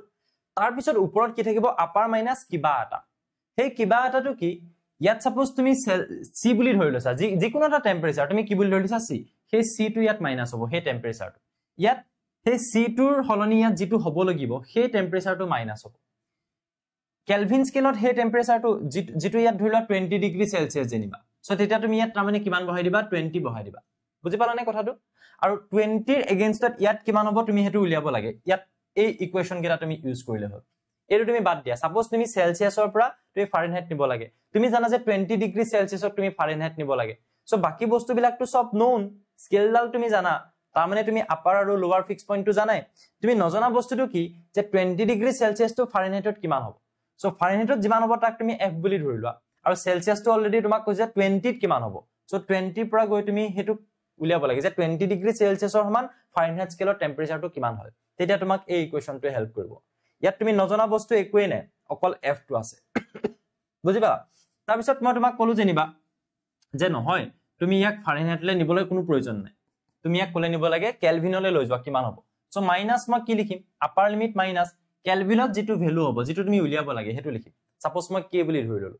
সো তেতিয়া মই এই দুটা বস্তু ৰিলেট কৰিম যে 20 পৰা মই এটু গৈ কেনেকে পাম সো a2 = a2 কৰিম ফৰ এক্সাম্পল মই যদি তোমালোকক দেখাও ফৰ 20 ডিগ্ৰী সেলসিয়াস যে 20 degree Celsius to in Kelvin degree Kelvin কিমান হ'ব বা ইন ডিগ্ৰী প্ৰথমতে এটোৱে দেখাও ইন ডিগ্ৰী ফাৰেনহাইট কিমান হ'ব ডিগ্ৰী কেলভিন নকয় দে অকল কেলভিন কয় তেতিয়া তুমি কি কৰিবা এই গিটা পাৰ্টৰ পৰা আহিবা কোন গিটা পাৰ্টৰ পৰা আহিবা 100 মাইনাস কিমান ডিগ্ৰী 20 ডিগ্ৰী তলত সেলসিয়াস স্কেলৰ কথা কৈছে ন ইয়াৰ upper limit minus lower limit তাৰ মানে 100 মাইনাস 0 = ফাৰেনহাইট স্কেলৰ কথা কৈছে তাৰ upper limit minus lower limit তাৰ মানে 212 মাইনাস 32 আৰু ওপৰত কি আহিব upper limit minus lower limit মানে কি হয় লোৱাৰ লিমিট লোৱাৰ লিমিট নহয় ইয়াত যেটো ভ্যালু হ'ব তুমি তো নাজানা কিমান হ'ব হেতু উলিয়াব লাগে যে ফাৰেনহাইটত কিমান হ'ব হেতু তুমি f বুলি ধৰি লোৱা হেতু তুমি f বুলি ধৰি লোৱা নেক্সট স্টেপটো তুমি কি কৰিব পাৰিবা সো 100 - 0 100 হৈ গল 100 - 20 80 হৈ গল হয়নে সো ইয়াত হৈ গল 80 / 100 এফালে হৈ গল 212 মাইনাস f এফালে এটোৰ পৰা যদি মাইনাস কৰা 2 হৈ গল 0 8 থাকিলে 180 সো তুমি যদি এটো সলভ কৰিবলৈ যোৱা এফালে কিমান থাকিব 80 / 100 কিবা ভুল কৰিছে নেকি ঠিক আছে সো এফালৰ পৰা কিমান থাকিব 212 minus f divided by 180 0 0 cancel কৰি দিয়া তাৰ পিছত 0 0 ক্যান্সেল কৰি দিয়া এফালে থাকিলে 8 এফালে থাকিলে 212 মাইনাস f divided by 18 আৰু পিছৰখিনি যদি কৰা মই জাস্ট ফৰ এন এক্সাম্পল তোমালোকক জাস্ট দেখাই দিছো বস্তুটো এফালে থাকিলে 8 এফালে থাকিলে 212 minus f divided by 18 so 18 টো এফালে লৈ যোৱা 8 8 64 4 থাকিলে 6 কৰিলে 8 গুণ 8 144 এফালে 212 মাইনাস f গতিকে তুমি ইয়াৰ পৰা চোৱা ফাৰেনহাইট স্কেলৰ ভ্যালুটো পাই যাবা f টো পাই যাবা কেনেকে পাবা 144 মাইনাস 212 এফালে মাইনাস f আছে সো এটো কৰিলে কিমান আহিব মাইনাসত আহিব 12 সাইকেল থাকিল 8 এফালে ডট থাকিলে চাৰ্কেল থাকিলে মানে এইটো আৰু 212 144 কৰা 68 সো ইয়াত যদি -68 আহে -f তেতিয়াহলে তুমি গম পাবা কি যে f is equals to 68 degree Fahrenheit তাৰমানে তুমি গম পালা যে 20 ডিগ্ৰী সেলসিয়াস মানে ফাৰেনহাইটত কিমান হ'ব 68 ডিগ্ৰী ফাৰেনহাইট এটো ক্লিয়াৰ সুপাৰ ক্লিয়াৰ মোক একবাৰ কৈ দিলে হ'ল তেতিয়া তুমি ৰিলেশনটো মই বুজি পাইছা বুলি ধৰি লম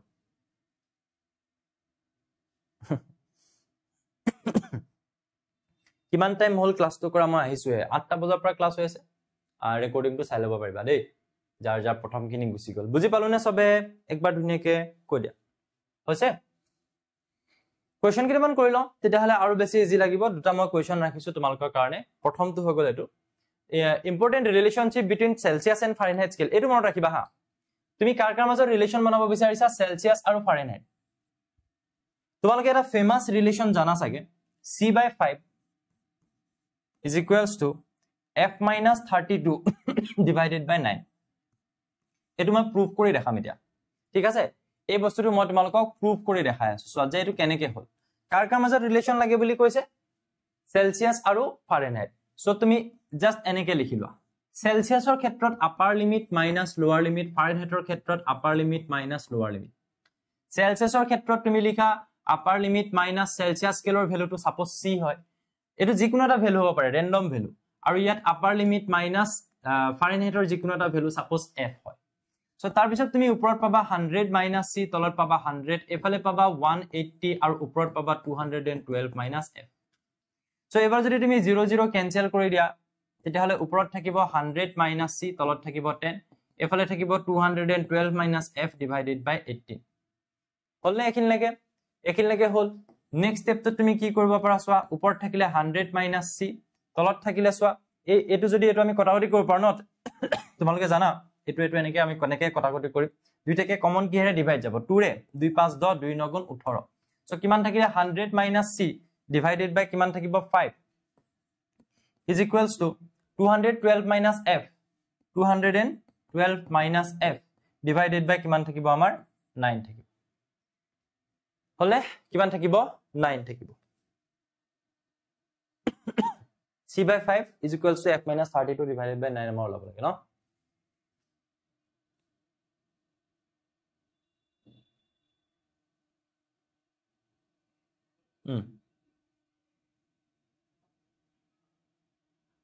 আচ্ছা এটা বস্তু মোৰ লিখাটো ভুল হৈছে নেকি টেম্পাৰেচাৰ অন স্কেল মাইনাস লোৱাৰ ফিক্স পয়েন্ট আচ্ছা মোৰ এটা বস্তু মোৰ কোনতে ইয়াত ভুল হৈ গল নহয় ইয়াৰ আগৰটো ভুল হৈ গৈছে ইয়াৰ ওপৰৰ ফৰ্মুলাটো আমাৰ আছে টেম্পাৰেচাৰটো c - 100 হ'ব হা লোৱাৰ c - 0 হ'ব সো এটো হ'ব f - 32 এই বস্তুটো কাৰেক্ট কৰিব লাগিব দেই আমাৰ গুটেটোতে ভুল হৈ থাকিলে c - 0 এটো হ'ব f - 32 ইয়াৰ আগৰটো কোডটো আমাৰ তাতে অকমান কনফিউজন এটা তোমালোকৰ লাগি যাব পাৰে এতিয়া একো নাই মই নেক্সট এটা কোৱেশ্চন কৰোতে হেতু কাৰেক্ট কৰি দিম ফৰ্মুলাটো অলপমান ভুল হৈ থাকিলে হা আপাৰ লিমিট মাইনাস কি আছিল আপাৰ লিমিটটোৰ পৰা আমি টেম্পাৰেচাৰটো মাইনাস কৰিব লাগে সৰি এক্সট্ৰিমলি সৰি ফৰ দিস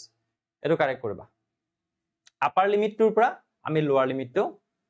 লিমিট নহয় হে টেম্পাৰেচাৰটো মাইনাস কৰিম লোৱাৰ লিমিটটো মাইনাস কৰিম আপাৰ লিমিটৰ পৰা তলত আৰু ওপৰতো লোৱাৰ লিমিটে মাইনাস কৰিম কিন্তু কোৰ পৰা যেটো টেম্পাৰেচাৰ তুমি ধৰি লৈছা তেতিয়া তুমি এই ফৰ্মুলাটো পাই যাবা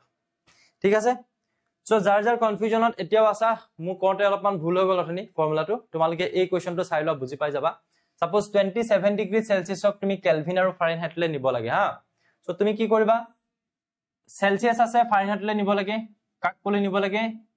ডিগ্ৰী সেলসিয়াস আছে তাক কলে নিব লাগে ফাৰেনহাইটলে নিব লাগে কিমানক 27 ডিগ্ৰী সেলসিয়াস কিমান ফাৰেনহাইটলে নিব লাগে আমি নাজানো কিমান ফাৰেনহাইট হ'ব আমি নাজানো সো কি কৰিবা তুমি আনসাৰ সলিউশনটো তুমি কি কৰিবা তুমি জাস্ট এটা ফৰ্মুলা লিখিবা সেলসিয়াসৰ ক্ষেত্ৰত আপাৰ মাইনাস লোৱাৰ আৰু এফালে ফাৰেনহাইটৰ ক্ষেত্ৰত আপাৰ মাইনাস লোৱাৰ হলনে আৰু ওপৰত কি আহি যাব ওপৰত এই সেলসিয়াস যিমান ডিগ্ৰী সেলসিয়াস আছে 27 মাইনাস লোৱাৰ যিমান ডিগ্ৰী ফাৰেনহাইট আছে নাজানো সো f বুলি ধৰি লৈছো মাইনাস লোৱাৰ ইয়াৰ লোৱাৰটো কিমান হয় 32 এটো আছিল দে ফৰ্মুলাটো মই কওঁতে ভুল হৈছে তনে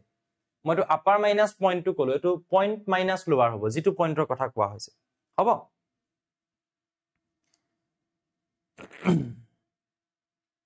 তাৰ পিছত ওপৰত কিমান থাকিব 27 তলত কিমান থাকিব 100 এফালে কিমান থাকিব f - 32 আৰু তলত কিমান থাকিব 180 সো এতিয়া যে মই এই মাত্ৰ যে তোমালোকক কৈছিলো যে এটা ফেমাস ইকুৱেচন সো হেতু তোমালোকে এইখিনি কৰি নাথাকিলেও কৰিব পাৰা হেতু খালি মুখস্থ কৰিব লাগিব ফৰ্মুলাটো কি আছিল আমাৰ c/5 is equals to f - 32 divided by 9 এইখিনি তাৰ মানে নকৰাকে তুমি ডাইৰেক্ট হেতু লিখি যদি কোনোবাই কৰো বুলি ভাবিছা কৰিব পাৰা বুজি পাইছা নে ডাইৰেক্ট হেতু লিখিও তুমি কৰিব পাৰা আলটিমেটলি একে ওলাবগে চাবা হয় নে নহয় ওপৰত c ঠাইত আমাৰ 27 আছে এবাৰ তলত আমি দুটা যদি কটাকটি কৰো 2 5 10 2 9 18 তো 5 থাকিলে দেখিছা না 5 এফালে কিমান থাকিব f - 32 হেয়া আছে সো f - 32 তলত 9 আছে এটো 9 আছে নে নাই আছে সো ইয়াৰ পৰা তুমি কি উলিয়াব লাগে তুমি কি উলিয়াব লাগে ইয়াৰ পৰা f2 উলিয়াব লাগে ফাইনাইটলে গলে কিমান হ'ব সো কি কৰিবা এতিয়া সো তুমি এফালে 9 * 27 কৰা এফালে তুমি 5 * f কৰা 5f হৈ গল মাইনাস বা তুমি 5 টো তলত ৰাখি থৈ দিয়া আৰু এফালে থাকিলে f - 32 ওকে নেক্সট স্টেপ তো তোমাৰ কি হ'ব এফালে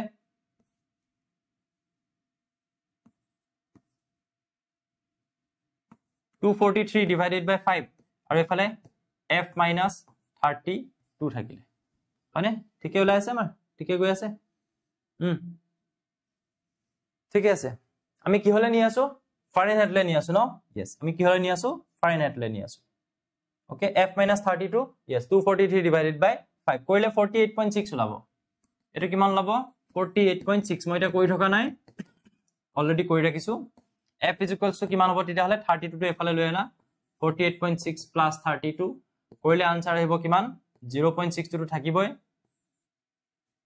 80.6 yes 80.6 কোলে গুছি গলে তো f degree Fahrenheit so that is তুমি এটা বস্তু গম পালা যে 27 ডিগ্ৰী সেলসিয়াস = 80.6 ডিগ্ৰী ফাৰেনহাইট এটো এবাৰ CSC লিখিবা সবে এটো প্ৰতিটো টপিক একচুয়ালি আমি মানে বুজোৱাৰ পিছতে একবাৰ yes or no ক'ব পাৰো মই হিমানটো টাইম লিমিট দিছো হয় 1 মিনিট আমাৰ ইনো টপিক এটাত লাগে টপিকটোৰ মাজত যাতে মেছেজ আহি না থাকক এটো কাৰণে মই হেতু কৰিছো দেই যে 1 মিনিটৰ মুৰে মুৰে মেছেজ কৰিব পাৰিবা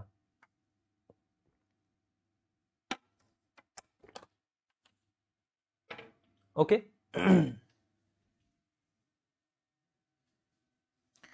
ক্লাস 10 লাইভ এইদিনত হোৱা নাই মোৰ এইদিনত হোৱা নাই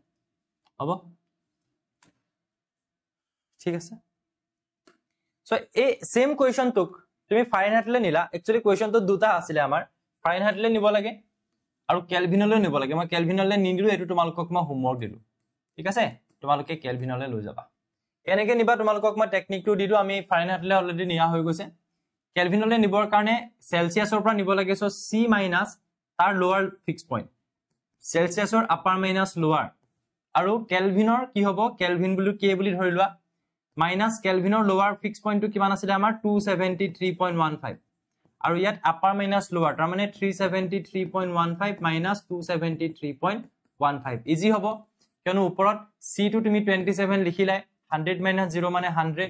এফালে k মাইনাস 273.15 এফালে এটো মাইনাস এটো গলে তো 100 এ আহিব 100 100 ক্যান্সেল যাব সো এফালে থাকিব 27 কিনো হোমৱৰ্ক মই কৰি দিলো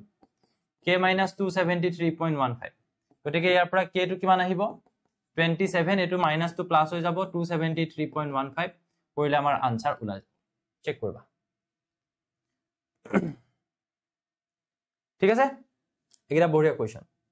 আৰু এটা মই কোৱেশ্চন তোমালোকক কৰাই দিম এটা অকমান এক্সট্ৰা কোৱেশ্চন কৰাই দিছো হা কিতাপখনত নাই বাট কনসেপ্টটো আমি বুজি পাবলে ভাল হ'ব ফৰ ৰিউমাৰ স্কেল আৰু এডাল স্কেলৰ নাম কোৱা হৈছে rumour scale ice point is 0 degree Reaumur and steam point is 80 degree Reaumur. Find the value of 20 degree Celsius in terms of degree Reaumur. So, ইয়াৰ ক্ষেত্ৰত তোমাক কোৱা হৈছে যে কি কৰিব লাগে ডিগ্ৰী Reaumur টো তুমি কোলে কনভাৰ্ট কৰি দিব লাগে ডিগ্ৰী নহয় ডিগ্ৰী সেলসিয়াস টো তুমি কোলে কনভাৰ্ট কৰিব লাগে ডিগ্ৰী Reaumur লে নিব লাগে সো তুমি 20 degree Celsius 20 minus তাৰ লোৱাৰ fix point 100 minus 0 Celsius scale ক্ষেত্ৰত upper minus lower is equals to Reaumur scale ডালৰ upper আৰু lower 80 আৰু 0 বুলি কৈয়ে দিছে সো 80 minus 0 লিখা আৰু Reaumur scale ভ্যালুটো নাজানা হেতু উলিয়াব লাগে r minus lower fixed point যেটো হৈছে 0 কিমান আৰামছে ওলাই যাব ওপৰত লব 20 তলত লব 100 এফালে থাকিব r তলত থাকিব 80 20 5 গুণ 100 so 1/5 is equals to r by 80 তাৰ পৰা তুমি r ৰ ভ্যালু আৰামছে উলিয়াব পাৰা কেনেকে 80 টো এফালে গুছি আহিব 80 divided by 5 16 so 16 degree humor 16 degree humor এবাৰ yes or no লিখি দিবা দেই এবাৰ yes or no লিখি দিবা বা thumbs up ফলো কৰি দিবা আচ্ছা কোনবাই কৈছে ক্লাস 10 ৰ ট্ৰিগোনোমেট্ৰি চ্যাপ্টাৰটো আছে ফুল চ্যাপ্টাৰ আছে যিকোনো ক্লাস 10 ৰ ভিডিও চাবা তাৰ ডেসক্ৰিপচনত থকা প্লেলিষ্টখনত যাবা ট্ৰিগোনোমেট্ৰি ফুল চ্যাপ্টাৰ পাই যাবা হ'ব চাব পাৰিবা ঠিক আছে বুজি পালো চাগে ন বুজি পালো চাগে আগত যাও সো এইটো হৈছে বয়লছ ল ভালকে মন কৰিবা আমি লাহে লাহে চ্যাপ্টাৰটোৰ ভিতৰত সোমাই গৈ আছো কোৰ পৰা আৰম্ভ কৰিছো যে হিট মানে কি হিট আসলে এটা কি নন মেকানিক্যাল ওয়ে এনেকুৱাটা মানে ওয়ে যাৰ যোগেদি আমি এনাৰ্জি দিব পাৰো কি এনাৰ্জি দিব পাৰো কেমিক্যাল এনাৰ্জি দিব পাৰো হিট এনাৰ্জি দিব পাৰো হয়নে সো যত কোনো ধৰণৰ মুভিং পাৰ্ট না থাকে মেকানিক্যালত যেনেকে থাকে মুভিং পাৰ্ট এটা থাকে মেকানিক্যাল ওয়েট কি হয় এনাৰ্জিটো মেকানিক্যাল এনাৰ্জি হিচাপে পোৱা যায় কিন্তু non mechanical wait chemical energy হিচাপে পোৱা যায় ইলেক্ট্ৰিক্যাল এনাৰ্জি হিচাপে পোৱা যায় যেনেকে ব্যাটাৰীটোৱে ইলেক্ট্ৰিক্যাল এনাৰ্জি দিয়ে কেমিক্যাল এনাৰ্জি আমি পাও কেনেকে ধৰণে পাও সূৰ্যৰ পোহৰত যায় হে কেমিক্যাল ৰিঅ্যাকশন হৈ প্লানি মানে উদ্ভিদ জুপায় বা প্ল্যান্টটোৱে কি কৰে নিজৰ এনাৰ্জি জেনাৰেট কৰে সেই বস্তুখিনি সেইখিনি আসলে আমাৰ কি সেইখিনি আসলে non mechanical way so non mechanical way এটা হৈছে হিট যাৰ যোগেদি আমি এনাৰ্জি দিব পাৰো তাৰ পিছত আমি লাহেকে কলো যে হিট কিহৰ দ্বাৰা জুখিব পাৰি Celsius scale Fahrenheit scale Kelvin scale so জুখি আমি জিদিম হেতু হ'ব কি টেম্পাৰেচাৰটোক মই কি বুলি কলো যে কিমান পৰিমাণৰ heat so degree of heat তাক আমি কি বুলি কওঁ টেম্পাৰেচাৰ আকৌ আমি আৰু এটা কথা কলো কি বুলি যে যিকোনো এটা বস্তুৰ মলিকুলাৰ দ্বাৰা গঠিত প্ৰতিটো মলিকুলাৰ ভাগত কিমানকে এনাৰ্জি পৰিছে হিট এনাৰ্জি হেতু হৈছে টেম্পাৰেচাৰ বুজি পালো তাৰ পিছত আমি কলো যে তাৰ ইউনিট হৈছে কি জুল আৰু টেম্পাৰেচাৰ ইউনিট হৈছে ডিগ্ৰী সেলসিয়াস ডিগ্ৰী ফাৰেনহাইট আৰু ডিগ্ৰী কেলভিন ইটোৰ পৰা হিটলে কেনেকে কনভাৰ্ট কৰে মই দেখালো ফৰ্মুলাটো অলপমান মিস্টেক হৈ আছিল হেতু মই পিছত কাৰেক্ট কৰি দিলো এইখিনি বস্তু হ'ব বয়লছ ল so when temperature is held constant the pressure and volume of a quantity of gas are related as this কেনেকে ৰিলেট কৰিম আমি চাই থাকা যে তুমি এটা তুমি কি লৈ ললা এটা সিস্টেম ললা এতিয়া আমি এই গুটে চ্যাপ্টাৰটো ইয়াৰ পিছৰ চ্যাপ্টাৰটো আমি যেতিয়া সিস্টেমৰ কথা কম এটো মই লিখিলো একবাৰ যে v is inversely proportional to কি লিখিছো আমি প্ৰেসাৰ এই বস্তুটো মই বুজাবলৈ গৈ আছো ইয়াত v মানে হৈছে ভলিউম p মানে হৈছে প্ৰেসাৰ আৰু দুটা বস্তু মই লিখিম t মানে হৈছে টেম্পাৰেচাৰ আৰু n মানে হৈছে নাম্বাৰ অফ মোল 1 মোল 2 মোল যেনেকৈ আমি কও 1 ডজন 2 ডজন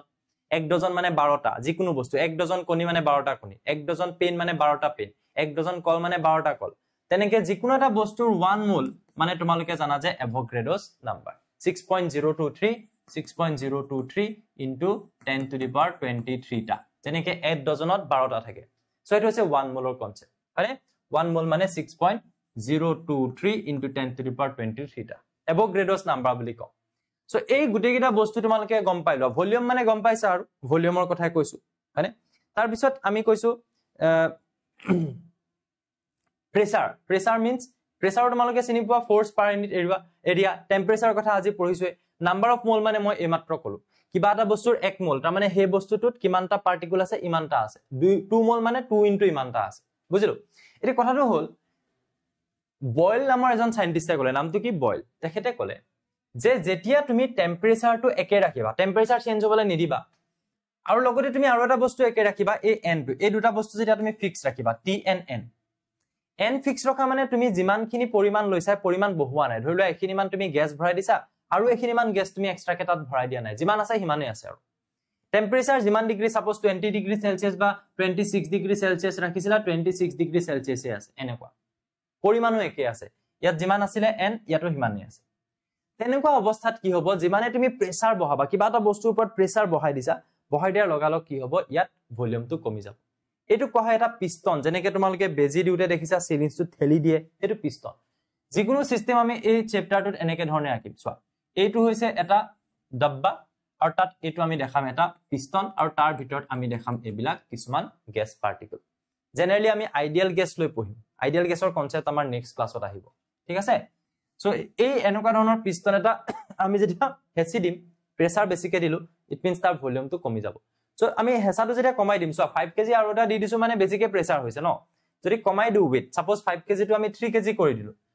5 কেজি টো suppose আমি কিমান কৰি দিলো 3 কেজি কৰি দিলো তেতিয়া হলে এই পিষ্টনটো আৰু অলপ ওপৰলৈ উঠিব ভলিউমটো আৰু তাৰ বাঢ়ি যাব তাৰ মানে নৰ্মেল কথা প্ৰেছাৰ বেছিকে দি দিলে ভলিউম কমি থাকিব আৰু প্ৰেছাৰ যেতিয়া কম কৰি দিবা ভলিউমটো বাঢ়ি যাব কিন্তু তাৰ আগত তুমি টেম্পাৰেচাৰ আৰু নাম্বাৰ অফ মল একে ৰাখিব লাগিব বিকজ টেম্পাৰেচাৰ যেতিয়া দি দিবা তেতিয়া তাৰ আকৌ নিজে নিজে ভলিউম বাঢ়ে কিবা এটা বস্তু চাবাচোন ঘৰত দেখিছা নাই আচাৰৰ বয়মটো যেতিয়া মাইক খুলিব নোৱাৰে তেতিয়া গেছৰ ওপৰত দি দিলে হঠাৎ খুলি খাই যায় কিয় তাৰ ভলিউমটো বাঢ়ি যায় সো ইয়াত যেতিয়া টেম্পাৰেচাৰ পোৱা যাব টেম্পাৰেচাৰ দিলে বস্তুবিলাকে ইফালে ইফালে যাবলৈ আৰম্ভ কৰে মলিকুল বিলাকে তাহাঁতৰ মাজত দৌৰা-দৌৰি বাঢ়ি যায় তেতিয়া ভলিউমটো বাঢ়ি যায় সো ভলিউমটো আকৌ টেম্পাৰেচাৰ বঢ়াই দিব পাৰে ন সেইকাৰণে টেম্পাৰেচাৰটো মই ফিক্স ৰাখিছো ফিক্স ৰাখি মই যেতিয়া প্ৰেছাৰটো ইনক্ৰিজ কৰিম তেতিয়া মই দেখিম যে তাত ভলিউম কমিব ডিক্ৰিজ কৰিলে আকৌ বাঢ়িব তো উল্টা হল নে নাই সেইকাৰণে কৈছে ইনভাৰ্সলি প্ৰপৰ্শনেল v inversely proportional to pressure সবে বুজি পালো নে ক্লিয়াৰ সুপাৰ ক্লিয়াৰ একবাৰ লিখি দিয়া বুজি পালো যে যেতিয়া আমাৰ প্ৰেছাৰ বাঢ়িব একে টেম্পাৰেচাৰ আৰু একে নাম্বাৰ অফ মোলত তেতিয়া হলে তাৰ ভলিউমটো কমিব আৰু উল্টা হ'ব এটো হৈছে বয়লছ ল তাৰ পিছত আহিছো চাৰ্লছ ল চাৰ্লছ বুলা সাইন্টিস্টজনে কি বুলি ক'লে যে তুমি যদি এবাৰ প্ৰেছাৰটো একে ৰাখা তেতিয়া হলে volume of the quantity of gas are related to temperature as this volume কেনেকে ডিপেন্ড কৰিব টেম্পাৰেচাৰ লগত এনেকে ডিপেন্ড কৰিব বয়লছে কি বুলি ক'লে যে ভলিউম প্ৰেছাৰৰ লগত ডিপেন্ড কৰে এনেকে ধৰণে চাৰ্লছে কি বুলি ক'লে যে ভলিউম টেম্পাৰেচাৰৰ লগত ডিপেন্ড কৰে এনেকে ধৰণে সো দুইজন সাইন্টিস্টে আমাক এতিয়ালৈকে ভলিউমৰ কথাই কৈ আছে বেলেগ কথা কোৱা নাই কিন্তু ইয়াত তুমি ফিক্স ৰাখিবলগীয়া বস্তু কি কি হয় pressure and number of molecule তাৰ মানে কি বুজি পালা তাৰ মানে তুমি এটোই বুজি পালা যে এটা ভেসেল আছে ভেসেলটোত যিমান পৰিমাণৰ আছে বস্তু হিমানে আছে তুমি যদি পানী 2 লিটাৰ লৈছা তাৰ ঠাইত যদি 3 লিটাৰ লোৱা অফ কোৰ্স তাৰ ভলিউম বাঢ়িব ন সো তুমি 2 লিটাৰ সাপোজ ৰাখিছা পৰিমাণটো তেতিয়া তাৰ যিমান মোল আছে হিমান মোলে থাকিব সো n একে আছে তাত তুমি কোনো ধৰণৰ প্ৰেছাৰ এক্সট্ৰাকে দিয়া নাই বলে বেছি ওয়েট আছিল এতিয়া কমাই দিছো কম ওয়েট আছিল বেছি দিছো এনেকুৱা একো কৰা নাই বিকজ প্ৰেছাৰটোৱে ভলিউমটো চেঞ্জ আনিব পাৰে এইগিটা বস্তু ফিক্স ৰাখিলো এইগিটা কোনো ইন্টাৰফেয়াৰ কৰিব নোৱাৰে তাৰ পিছত যদি মই মমবাতি এডাল আছে 3 ডাল দি দিছো ক্যান্ডেল টেম্পাৰেচাৰ বেছি হ'ব বেছি হোৱাৰ মাত্ৰ ইয়াত থকা মলিকুল বিলাকে কি বুলি কৈছো যে কাইনেটিক এনাৰ্জি পাব গতি শক্তি যাৰ ফলত এহেতি দৌৰা-দৌৰি বেছিকে কৰিব আৰু তেতিয়া হেঁচা মাৰি প্লানি কি কৰিব কাইনেটিক এনাৰ্জি ইয়াত গৈ খুন্দিয়াব যেতিয়া পিষ্টনটো ওপৰলৈ গুচি যাব ন তাৰ ভলিউমটো ইনক্ৰিজ হৈ যাব সো এই এটা কথাই দেখালে যে যেতিয়া আমি টেম্পাৰেচাৰ বেছি কৰি দিম ভলিউম ইনক্ৰিজ হ'ব কম কৰি দিলে কম হ'ব সো ডাইৰেক্টলি প্ৰপৰ্শনেল এটো কোনে ক'লে চাৰ্লছ লয় ক'লে বুজি পালো নে সবে এটোটো মোক একবাৰ আনসাৰ দিব পাৰা 1 মিনিট হৈ গৈছে চাগে যে যেতিয়া আমি ইয়াত টেম্পাৰেচাৰ বঢ়াই দিম ইয়াৰ মলিকুল বিলাকে এই পিষ্টনটোত এটা হেঁচা দিব কিয় কাইনেটিক এনাৰ্জিৰ বাবে হাফ mv² গতি শক্তি কৰ পৰা পালে ইয়াৰ পৰা থাৰ্মেল এনাৰ্জি পালে তাপ শক্তি আৰু হি গতি শক্তি ৰূপান্তৰিত হ'ল গতি শক্তিলে যাৰ ফলত এহেদি তাৰ ভলিউমটো বঢ়াই দিব সো টেম্পাৰেচাৰ বেছি হলে ভলিউম বাঢ়ি যায় কম হলে কম হয় কোনে ক'লে চাৰ্লছে ক'লে ঠিক আছে তাৰ পিছত লাষ্টটো চোৱা এভোগাড্ৰোছ ল বুলি ক'লে তুমি কি বুজিবা ইয়াত আকৌ তেওঁ কি কনস্ট্যান্ট হলে টেম্পাৰেচাৰ প্ৰথমতে পালো আমি বয়লছ ল যত কলো v ইনভাৰ্সলি প্ৰপৰ্শনেল টু প্ৰেছাৰ তাৰ পিছত পালো আমি চাৰ্লছ ল যত পালো v ডাইৰেক্টলি প্ৰপৰ্শনেল টু টেম্পাৰেচাৰ সব ভলিউমৰ কথাই কৈ আছে এই সাইন্টিস্ট জনেও ভলিউমৰ কথাই ক'লে খালি তেওঁ ক'লে যে আমি যেতিয়া টেম্পাৰেচাৰ আৰু প্ৰেছাৰটো কনস্ট্যান্ট ৰাখিম তেতিয়া হলে যেটো ভলিউম হ'ব সেইটো ডাইৰেক্টলি প্ৰপৰ্শনেল হ'ব নাম্বাৰ অফ মলিকুলৰ লগত n ৰ লগত এবাৰ তেওঁ ক'লে যে n টো যিমানে আমাৰ বেছি হ'ব সোৱা আমি এবাৰ না তাৰ ওপৰত প্ৰেছাৰ বঢ়াইছো বা কমাইছো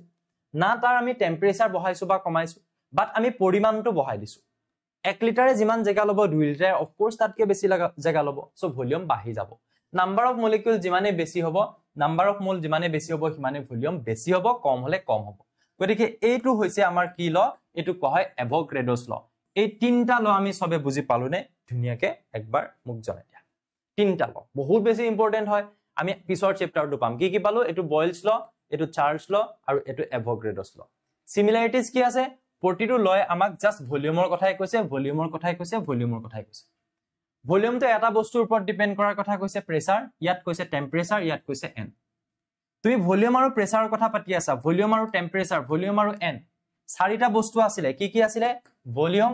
প্ৰেছাৰ টেম্পাৰেচাৰ n তাৰে ভলিউমটো ফিক্স তুমি ভলিউমৰ কথা প্ৰতিটো লৰতে পাতিবা তাৰ বাদ দি তুমি বাকি তিনটাৰ যিকোনো এটাৰ কথা পাতিবা যেতিয়া তুমি p কথা পাতিবা বাকি কিটা কনস্ট্যান্ট যেতিয়া t কথা পাতিবা বাকি কিটা কনস্ট্যান্ট বুজি পালা বাকি দুটা তুমি কনস্টেন্ট বাকি কিটা কোনো ধৰণৰ চেঞ্জেস হ'বলে নিদিবা এটোৱে হৈছে ল প্ৰতিটো লৰে হেটোৱে হৈছে এটা ক্যাৰেক্টাৰিষ্টিক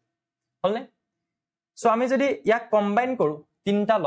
এক নম্বৰ লটো আসলে আমাৰ v is inversely proportional to pressure দুই নম্বৰ লটো আসলে v directly proportional to temperature তিন নম্বৰ লটো আসলে v directly proportional to n এই তিনটাক যদি আমি কম্বাইন করি আমি কম যে v directly proportional to ওপৰত কি আছে n আৰু t আৰু তলত কি আছে p এনেকে লিখিম আমি জানো সমানুপাতিক ধ্ৰুৱক এটা আহিব যেতিয়া সমানুপাতিক চিহ্নটো আঁতৰাই দিম হেতুক ইয়াত লিখা হয় r কি বুলি লিখা হয় r এতিয়া r টো কি বুলি কোৱা হয় r টো কোৱা হয় ইউনিভাৰ্সেল গ্যাস কনস্ট্যান্ট r টো কি বুলি কোৱা হয় ইউনিভাৰ্সেল গ্যাস কনস্ট্যান্ট ধ্ৰুৱক হয় এটা হয় ইউনিভাৰ্সেল বুলি কিয় কোৱা হয় যে যিকোনো সিচুৱেশনতে তাৰ ভ্যালু হেতুৱে হ'ব যেনেকৈ পাই ভ্যালু 3.14 বেলেগ এটা সিচুৱেশনত পাই ভ্যালু বেলেগ হৈ না যায় বুজি পাইছানে ধৰি লওক কোনোবা এজন ষ্টুডেন্ট আছে a কোনোবা এজন ষ্টুডেন্ট আছে b a ষ্টুডেন্ট জনে যিকোনো এটা এক্সপেৰিমেন্ট কৰিব যত তেওঁ টেম্পাৰেচাৰ 20 ডিগ্ৰী ৰাখিব চেঞ্জ হ'বলৈ নিদিয়ে ধ্ৰুৱক হয়নে হয় যদি b এ ৰাখে 30 ডিগ্ৰী হি 30 ডিগ্ৰী ৰাখে চেঞ্জ হ'বলৈ নিদিয়ে কনস্ট্যান্ট হয়নে এটো হয় চেঞ্জ হ'বলৈ নিদিয়ে একেটাই ৰাখিছে গুটে এক্সপেৰিমেন্টটো কিন্তু 20 ইয়াৰ বাবে 30 দুটা কিন্তু বেলেগ বেলেগ সো এই কনস্ট্যান্টটো ইয়াৰ বাবেহে কনস্ট্যান্ট এই কনস্ট্যান্টটো ইয়াৰ বাবেহে কনস্ট্যান্ট যেটা আমি কম ইউনিভাৰ্সেল কনস্ট্যান্ট যিকোনো সিচুৱেশনত তাৰ ভ্যালু বেলেগ নহয় তাৰ মানে বুজি পাইছা তাৰ ভ্যালু বেলেগ নহয় এটো হ'ব ইউনিভাৰ্সেল গ্যাস কনস্ট্যান্ট আমি বুজি পাইছো এখিনি কথা সবে হা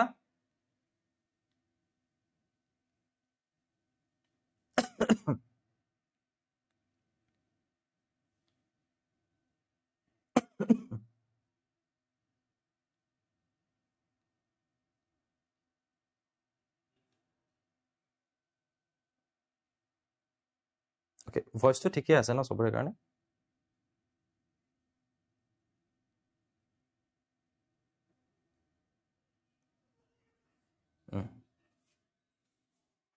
ঠিক আছে ওকে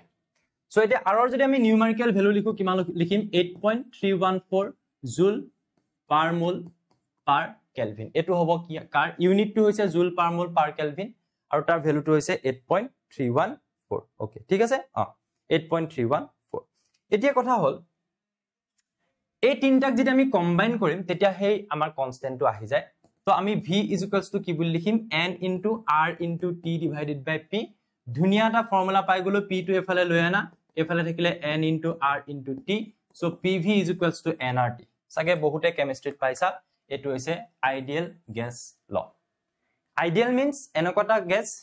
আইডিয়াল পারসন মানে কি যার কোনো ভুল নাই একদম 100% কারেক্ট সো আইডিয়াল গ্যাসৰ যেটো কনসেপ্ট হেতু হৈছে এটা ইমাজিনাৰি কনসেপ্ট হা আইডিয়াল গ্যাসৰ যেটো কনসেপ্ট হেতু হৈছে ইমাজিনাৰি আমি ইমাজিনে কৰিব পাৰো যে এনেকটা গ্যাস আছে যেটো গ্যাসৰ কিছুমান স্পেসিফিক প্ৰপাৰ্টি আছে কিন্তু ৰিয়েলি তেনেকুৱা গ্যাস পাবলে টান বাট কিছুমান গ্যাস আছে যি অলমোস্ট আইডিয়াল নিচিনা বিহেভ কৰে হয়নে সো এনেকুৱা কোনো মানুহ নাই যি 100% নলেজ আছে কাৰবাৰ কিবা এটা নাজানিব পাৰে বাট কোনোবা এজন মানুহ আছে যি প্ৰায় 100% জানে তেনেকুৱা টাইপৰ তাৰমানে তেনেকুৱা টাইপৰ কিছুমান গ্যাস আছে হেখিনিক লৈ আমি এক্সপেৰিমেন্ট বিলাক কৰিম বাট এই চ্যাপ্টাৰটোই হওক তাৰ পিছৰ থাৰ্মোডাইনামিক্সৰ চ্যাপ্টাৰ কিটাই হওক তাত আমি আইডিয়াল গ্যাস লৈ পঢ়িম মিন্স আমি এটা থিওৰিটিক্যাল কনসেপ্ট পঢ়িম 100% এই বস্তুখিনি ফলো নহয় বাট ইয়াৰে এই থিওৰিটো ফলো কৰি আমি প্ৰ্যাকটিক্যালি কিছুমান কাম কৰিব পাৰো তাৰমানে কথাটো বুজি পাইছা সো এটো হৈছে এটো কি বুলি কোৱা হ'ব আইডিয়াল গ্যাস ল এই যে মই কন্টেইনাৰটো দেখাইছিলো এই কন্টেইনাৰটোৰ ভিতৰত লোৱা যিবিলাক বস্তু আছিল হেবিলাক সব কি আছিল আইডিয়াল গ্যাস আছিল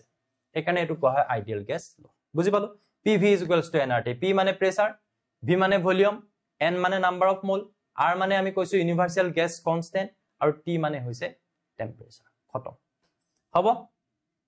ওকে সো এইখিনিলৈকে আমি আজি পঢ়ি ৰাখিলো ঠিক আছে ইয়াৰ পিছৰখিনি আমি নেক্সট ক্লাছত আকৌ কন্টিনিউ কৰিম থ্যাংক ইউ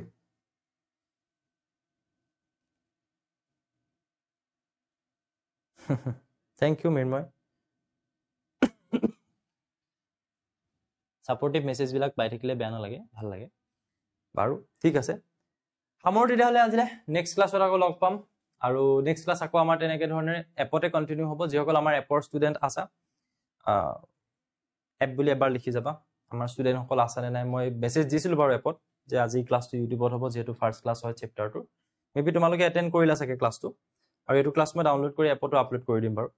ইয়াৰ পিছৰ পৰা ক্লাছবিলাক আকৌ আমাৰ এপত কণ্টিনিউ হ'ব আৰু চেপ্টাৰটো শেষ কৰি আকৌ নতুন চেপ্টাৰ যেতিয়া ষ্টাৰ্ট কৰিম ফাৰ্ষ্ট ক্লাছটো ইউটিউবত আনিম তেতিয়া তোমালোকে চাব পাৰা আমি ক্লাছবিলাক কেনেকৈ কৰোঁ বা সেই চেপ্টাৰটোৰ এটা বেছিক আইডিয়া তুমি পাব পাৰা তাকে ক্লাছ তুমি কৰা বা নকৰা বাট বেছিক আইডিয়া এটা পাই গ'লে পিছৰখিনি বুজিবলৈ সহজ হৈ যায় অ'কে চেপ্টাৰটোত এণ্ট্ৰি কৰাই দিম আৰু মই হ'ব সেইটো মোৰ কাম দিয়া থেংক ইউ ইমানখিনিলৈকে যদি ভিডিঅ'টো চালা আৰু চাই যদি ভাল লাগিল তেতিয়াহ'লে এটা লাইক কৰি দিবা কমেণ্ট কৰি তোমালোকৰ ফিডবেকবিলাক জনাবা যে কেনেকুৱা লাগি আছে ক্লাছবিলাক যিখিনি বস্তু আমাক উৎসাহিত কৰে ক্লাছবিলাক কৰি যাবৰ কাৰণে okay thank you all good night সামৰিছোঁ আজি